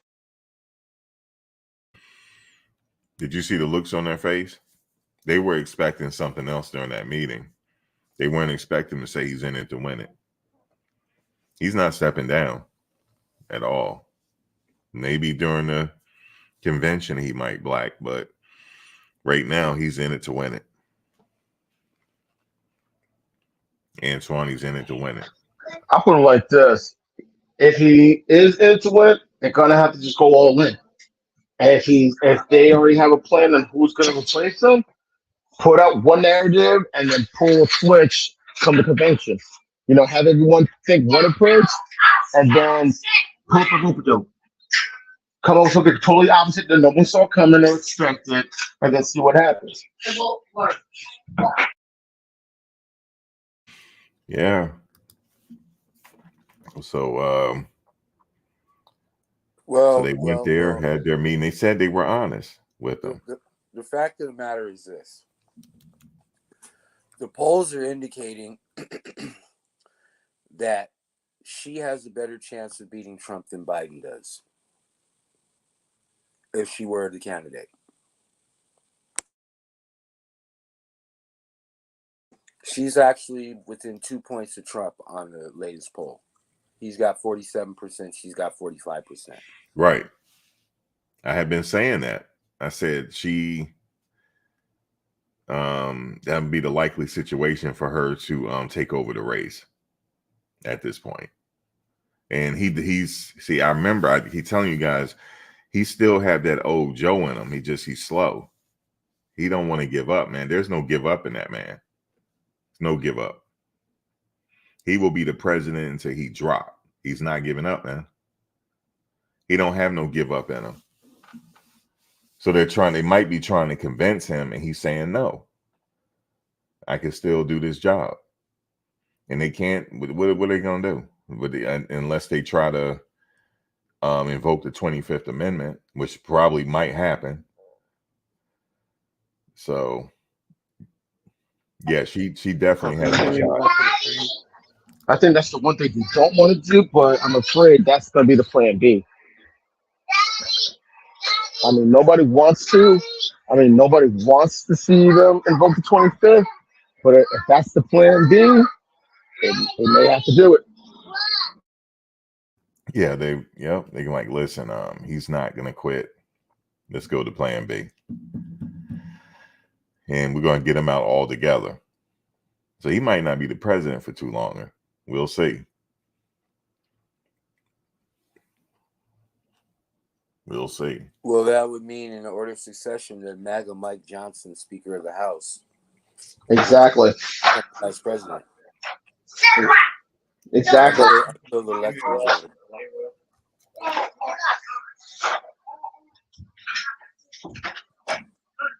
And honestly, I won't be surprised if the GOP wants that. They want Biden to step down or have them invoke the 25th and let Kamala Harris take over as president. And then knowing that they'll come up with knowing the House, because it's run by the Republicans, they'll try to find a reason to make her step down just so Mike Johnson can step in and run things and see what happens from there.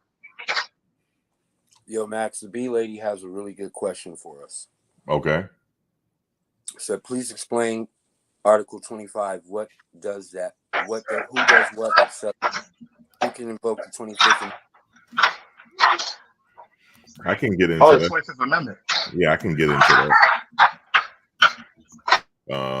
I had did it before. All right, so give me 1 second here. The 25th Amendment. The 25th Amendment to the United States Constitution addresses presidential succession and disability. Ratified on February 10th, 1967, it clarifies procedures for replacing the president or vice president in the event of death, removal, resignation, or he's incapacitated at some point, whether it's old age or whatever the case is. He get hurt, whatever. The amendment is divided into 4 sections. Presidential succession. This section states that the president is removed from office, dies or resigns. The vice president becomes president. Vice presidential vacancy. When there is a vacancy in the office of vice president, the president nominates a vice president to take upon confirmation by the majority vote of both House and Congress. Presidential declaration of inability. This section allows the president to declare their own inability to perform the duties of office. The president must provide a written declaration to the president pro tempore of the Senate and the Speaker of the House of Representatives. The vice president then serves as acting president until the president declares in writing that they are unable to resume their duties. Until they're able to resume their duties, or if not. Vice presidential and cabinet declaration of presidential inability. This is what might happen here.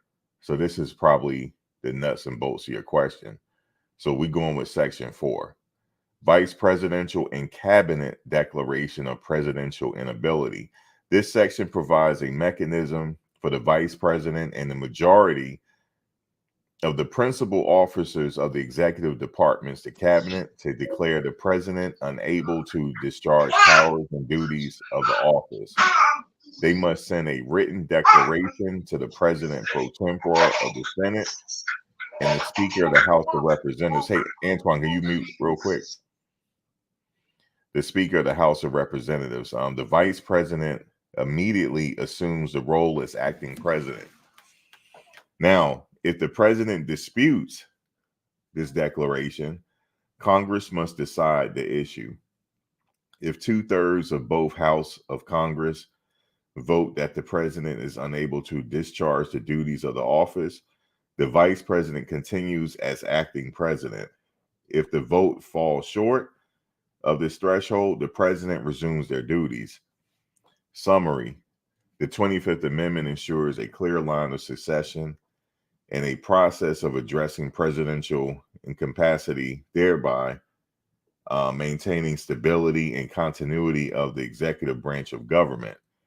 Now, real quick, this was brought up, this was enacted when George W. Bush had to have surgery because he was put under anesthesia. Now, a lot of the country didn't know about it, but Dick Cheney took over for those few hours. He was acting president for like maybe about 5 or 6 hours. And then when they deemed that the president was back, then he took over again. But in this case, what might happen is if he say that he can continue his duties, and he made it clear after the debate, he had a rally, and he said at that rally, he said, yeah, I was a little slow, I had a bad showing, but I can still perform the duties of this office. He made it very clear. He knows what's going on. He's been in Washington a very long time. I think he might be thinking they're trying to run him out. They're trying to get him to quit. He doesn't have quit in him. I think they may have to, the vice president and the cabinet might have to step in and write that letter to the pro tempore of the Senate to get this ball rolling. They don't want to have to do that. They would much rather for him to say, I'm dropping out of the race. I don't think that's their last resort. I don't think, because you can look at the looks on their face in that press conference. They didn't get what they were supposed to get out of that meeting. He said, no, I'm the president and I'm still in it to win it. That's what I was trying to tell you guys yesterday. That he is not going to give up. I don't think so.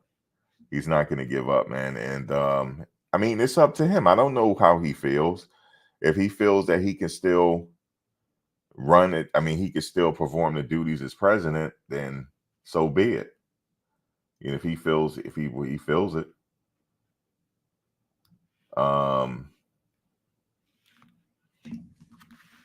If he feels like he can do it, then like, who am I to say he can't? You know? I don't know, man. Like, I was just thinking about this. B Lady, the current president, pro tempore, I think it's Senator Patty Murray of Washington. She is currently I just looked it up. She is currently the pro tempore. So it has to go to Patty Murray by way of the vice president. We'll have to contact Senator Patty Murray from Washington.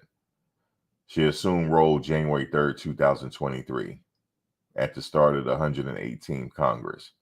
Senior Murray is the most senior member of the Senate Democratic Caucus and is the first woman to hold this position in United States history.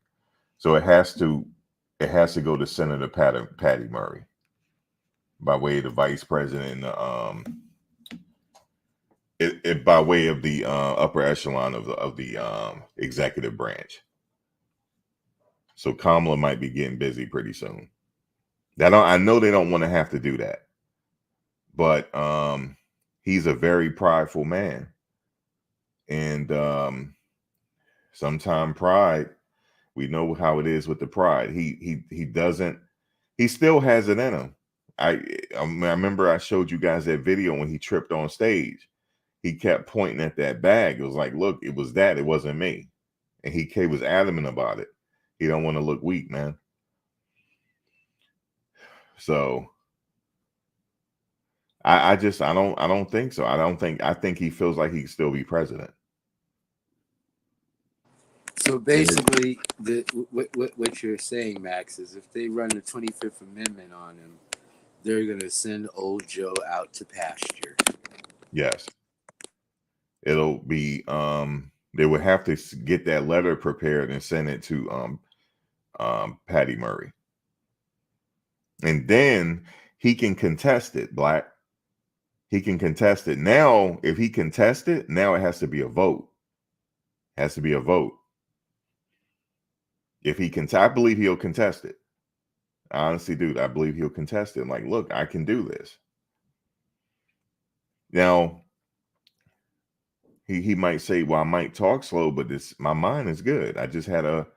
It could be a situation where I just had a physical done. My doctor said cognitively, I'm fine. So if the doctor writes off on it, who's to say they should remove him then? Now they were talking about bringing his doctor before Congress, Black. They were talking about that. I heard that yesterday. They may bring her before Congress. I was like, wait a minute. How are you going to bring his doctor before Congress? You don't need to know his health situation, or maybe it's an exemption because he's a president. Maybe there's an exemption there because of that. HIPAA laws still apply. That's what everyone has to remember. That's what I was thinking. But maybe there's an exemption because he's president that they can inquire about his cognitive abilities, Antoine.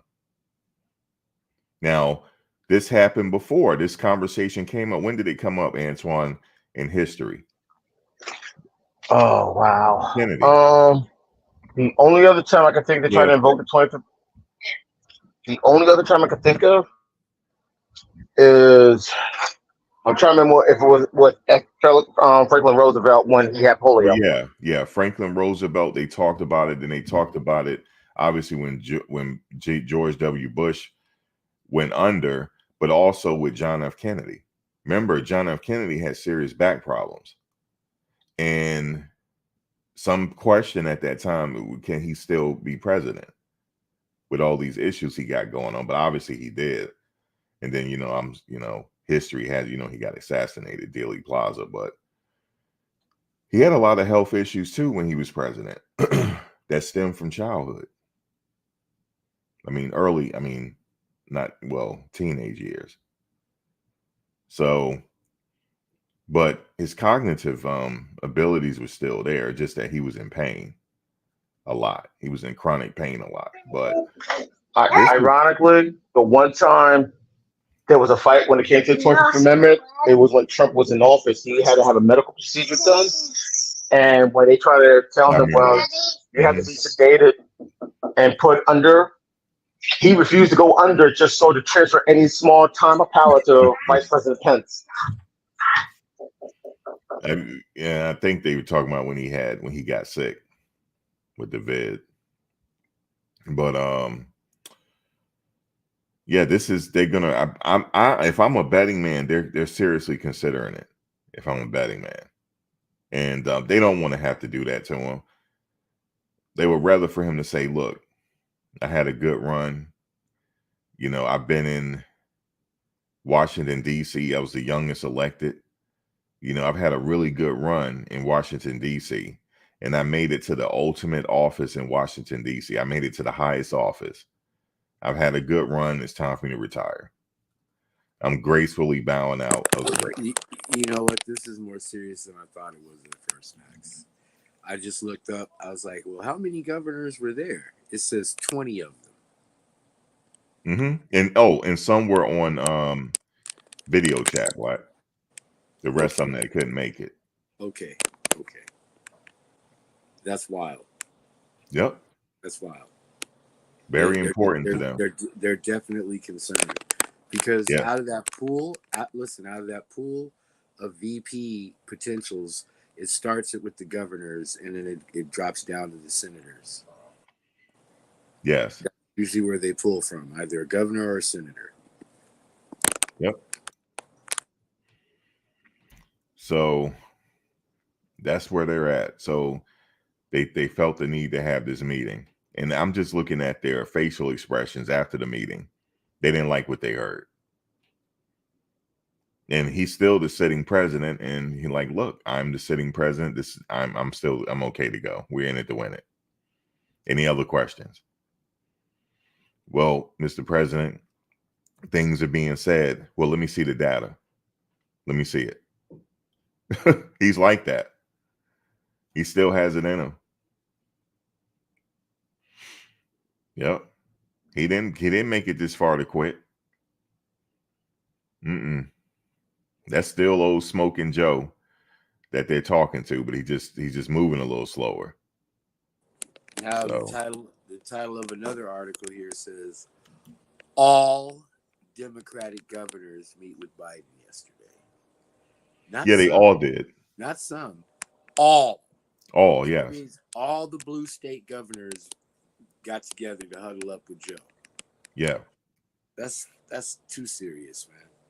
That's what I was trying to say yesterday. I'm glad you guys hear it now, but that's a sign. And they told him, and what did the guy say? We were, if you love someone, you got to be honest with them. Didn't he say that? He said it. He said, if you love someone, you got to be honest with them. So they were telling them, people are saying that you don't have it anymore. Yeah. Now, if he doesn't step down by the convention max, I can see that 25th Amendment. Yeah, the 25th Amendment is coming. If he doesn't, they have to. And she's going to have to grab a vice president candidate to get over the hump after the election.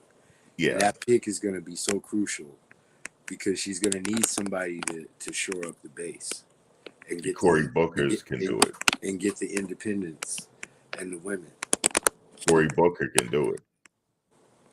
And get those dissatisfied Republicans for him as well.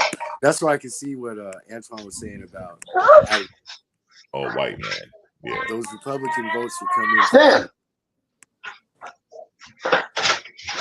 Come on, Rob, let's go. Yeah, I could see that. That would be like Lincoln having Andrew Johnson on the Unity Party ticket. Right. Back during when he ran for his second term. Right. And like the more I think about it, that would be a good strategic move to get the other side to join forces. Now have some of those real Republicans, not MAGA, but Republicans, the old school ones, roll over into the Democratic faction for this election. Now, I do expect you should see some news come out next week that Vice President Harris is meeting with him a lot. You should see her around the White House a lot next week to try to talk to him and convince him. Like, look, we don't want to have to do this. Actually, she's not going to have that conversation with him. But, you need to think about this. You got to think about the Democratic Party here now. That's what is bigger than you. You got to have that conversation with them. This is much bigger than about the future of the party and the future of the country. Right. Yeah, I can only imagine people walking around eggshells around old Joe. Just give him his ice cream. Let him take his nappy poo. That's messed up for me to say it, but I can't front. Shit just got real. Yeah, that's what I was trying to say to you all this time. Like, I mean, it doesn't matter how old he is, right? It doesn't matter. Can he do the job? I don't care if he's 80 years old. If he's sharp, he's sharp. And he could be 85 for all I care. So that's what they're probably thinking. Like, look, it's not your age. Like, are you able to do this? And when all of them met, and the most of them that weren't there, they were on video call at that time with them. So they all were there, all the Democratic governors. And they said they had a really candid conversation and they were honest with them. And they said that at the end, he said that I'm in it to win it. You guys are not making me step down. So now, like you said, Black, I'm in agreement. We'll wait for the convention. And if he don't at the convention afterwards, then Kamala be writing that letter. She'll be writing that letter to, what did I say her name was? Senator Patty Murray. She is the pro tempore. She's the current president pro tempore of the United States Senate. She's the first ever woman to do it. I thought of a running mate for Kamala. Okay. Gavin Newsom, governor of California. Nah. She'll lose. For sure, she'll lose at that point. And I know you like, why, Max? Why not feeling Gavin Newsom with the Pat Riley slick back hair? Yeah, she needs somebody else. Playboy Gavin Newsom. Yeah. You know why? Because, he's not it. No, he's not it. Give me somebody else. Anybody else I agree with you with. Anybody. Just give me anybody.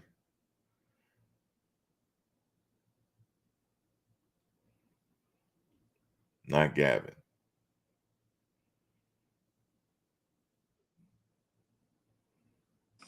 We ain't got nobody else.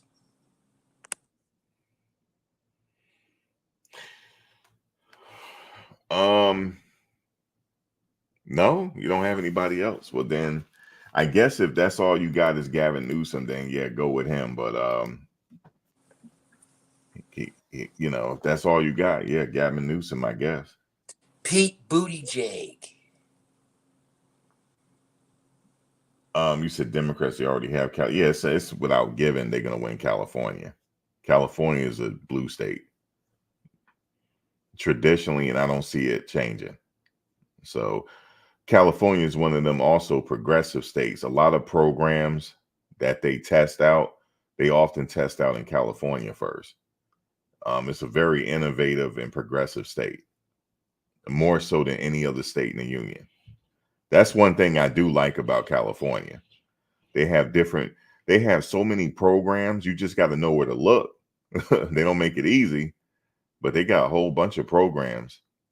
Like if you just come there for the first time to live there, they have programs to help you find employment. They have programs, housing vouchers. They have them. You just got to know where to look. Yeah, so California is on the cutting edge of a lot of things. So I give them that. Yeah, I mean, that's what y'all got, Gavin. Okay.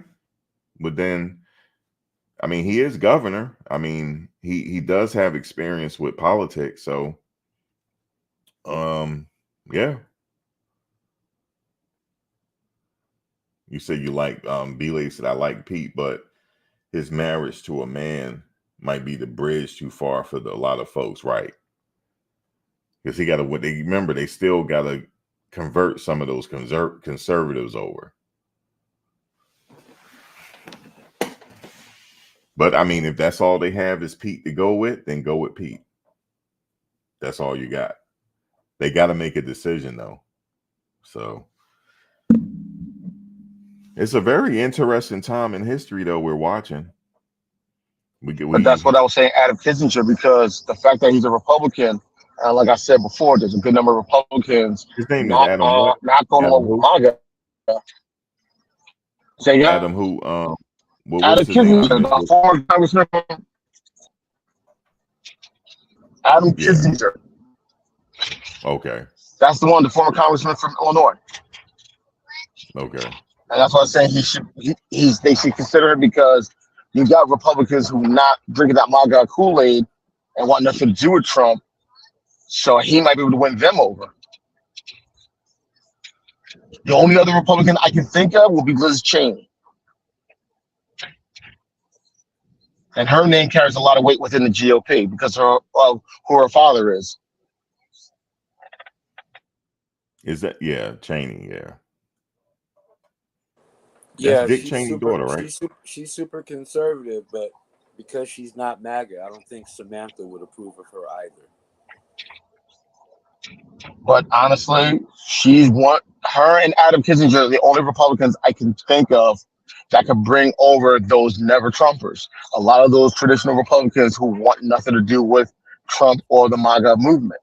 Those are the only two I can think of. The only other person I can think of that could win Republicans over is John McCain, and he's no longer with us.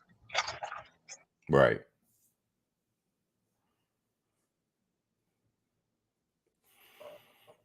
Yeah.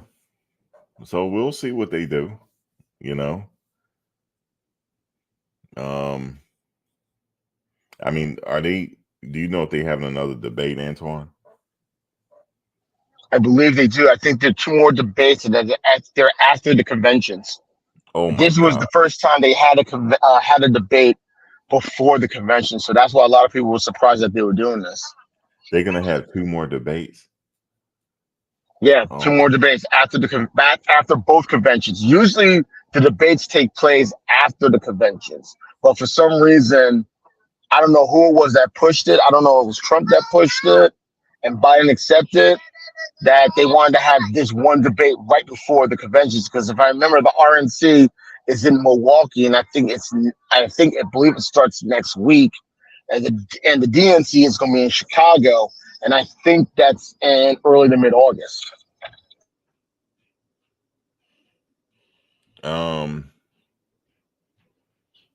You said you read one more debate in September.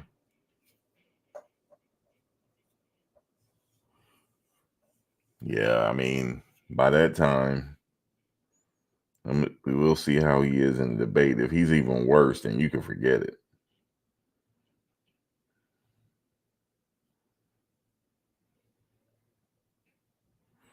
Yeah, it's kind of,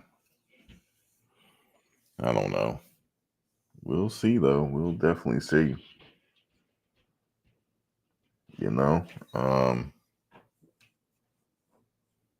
yeah, definitely see what happened.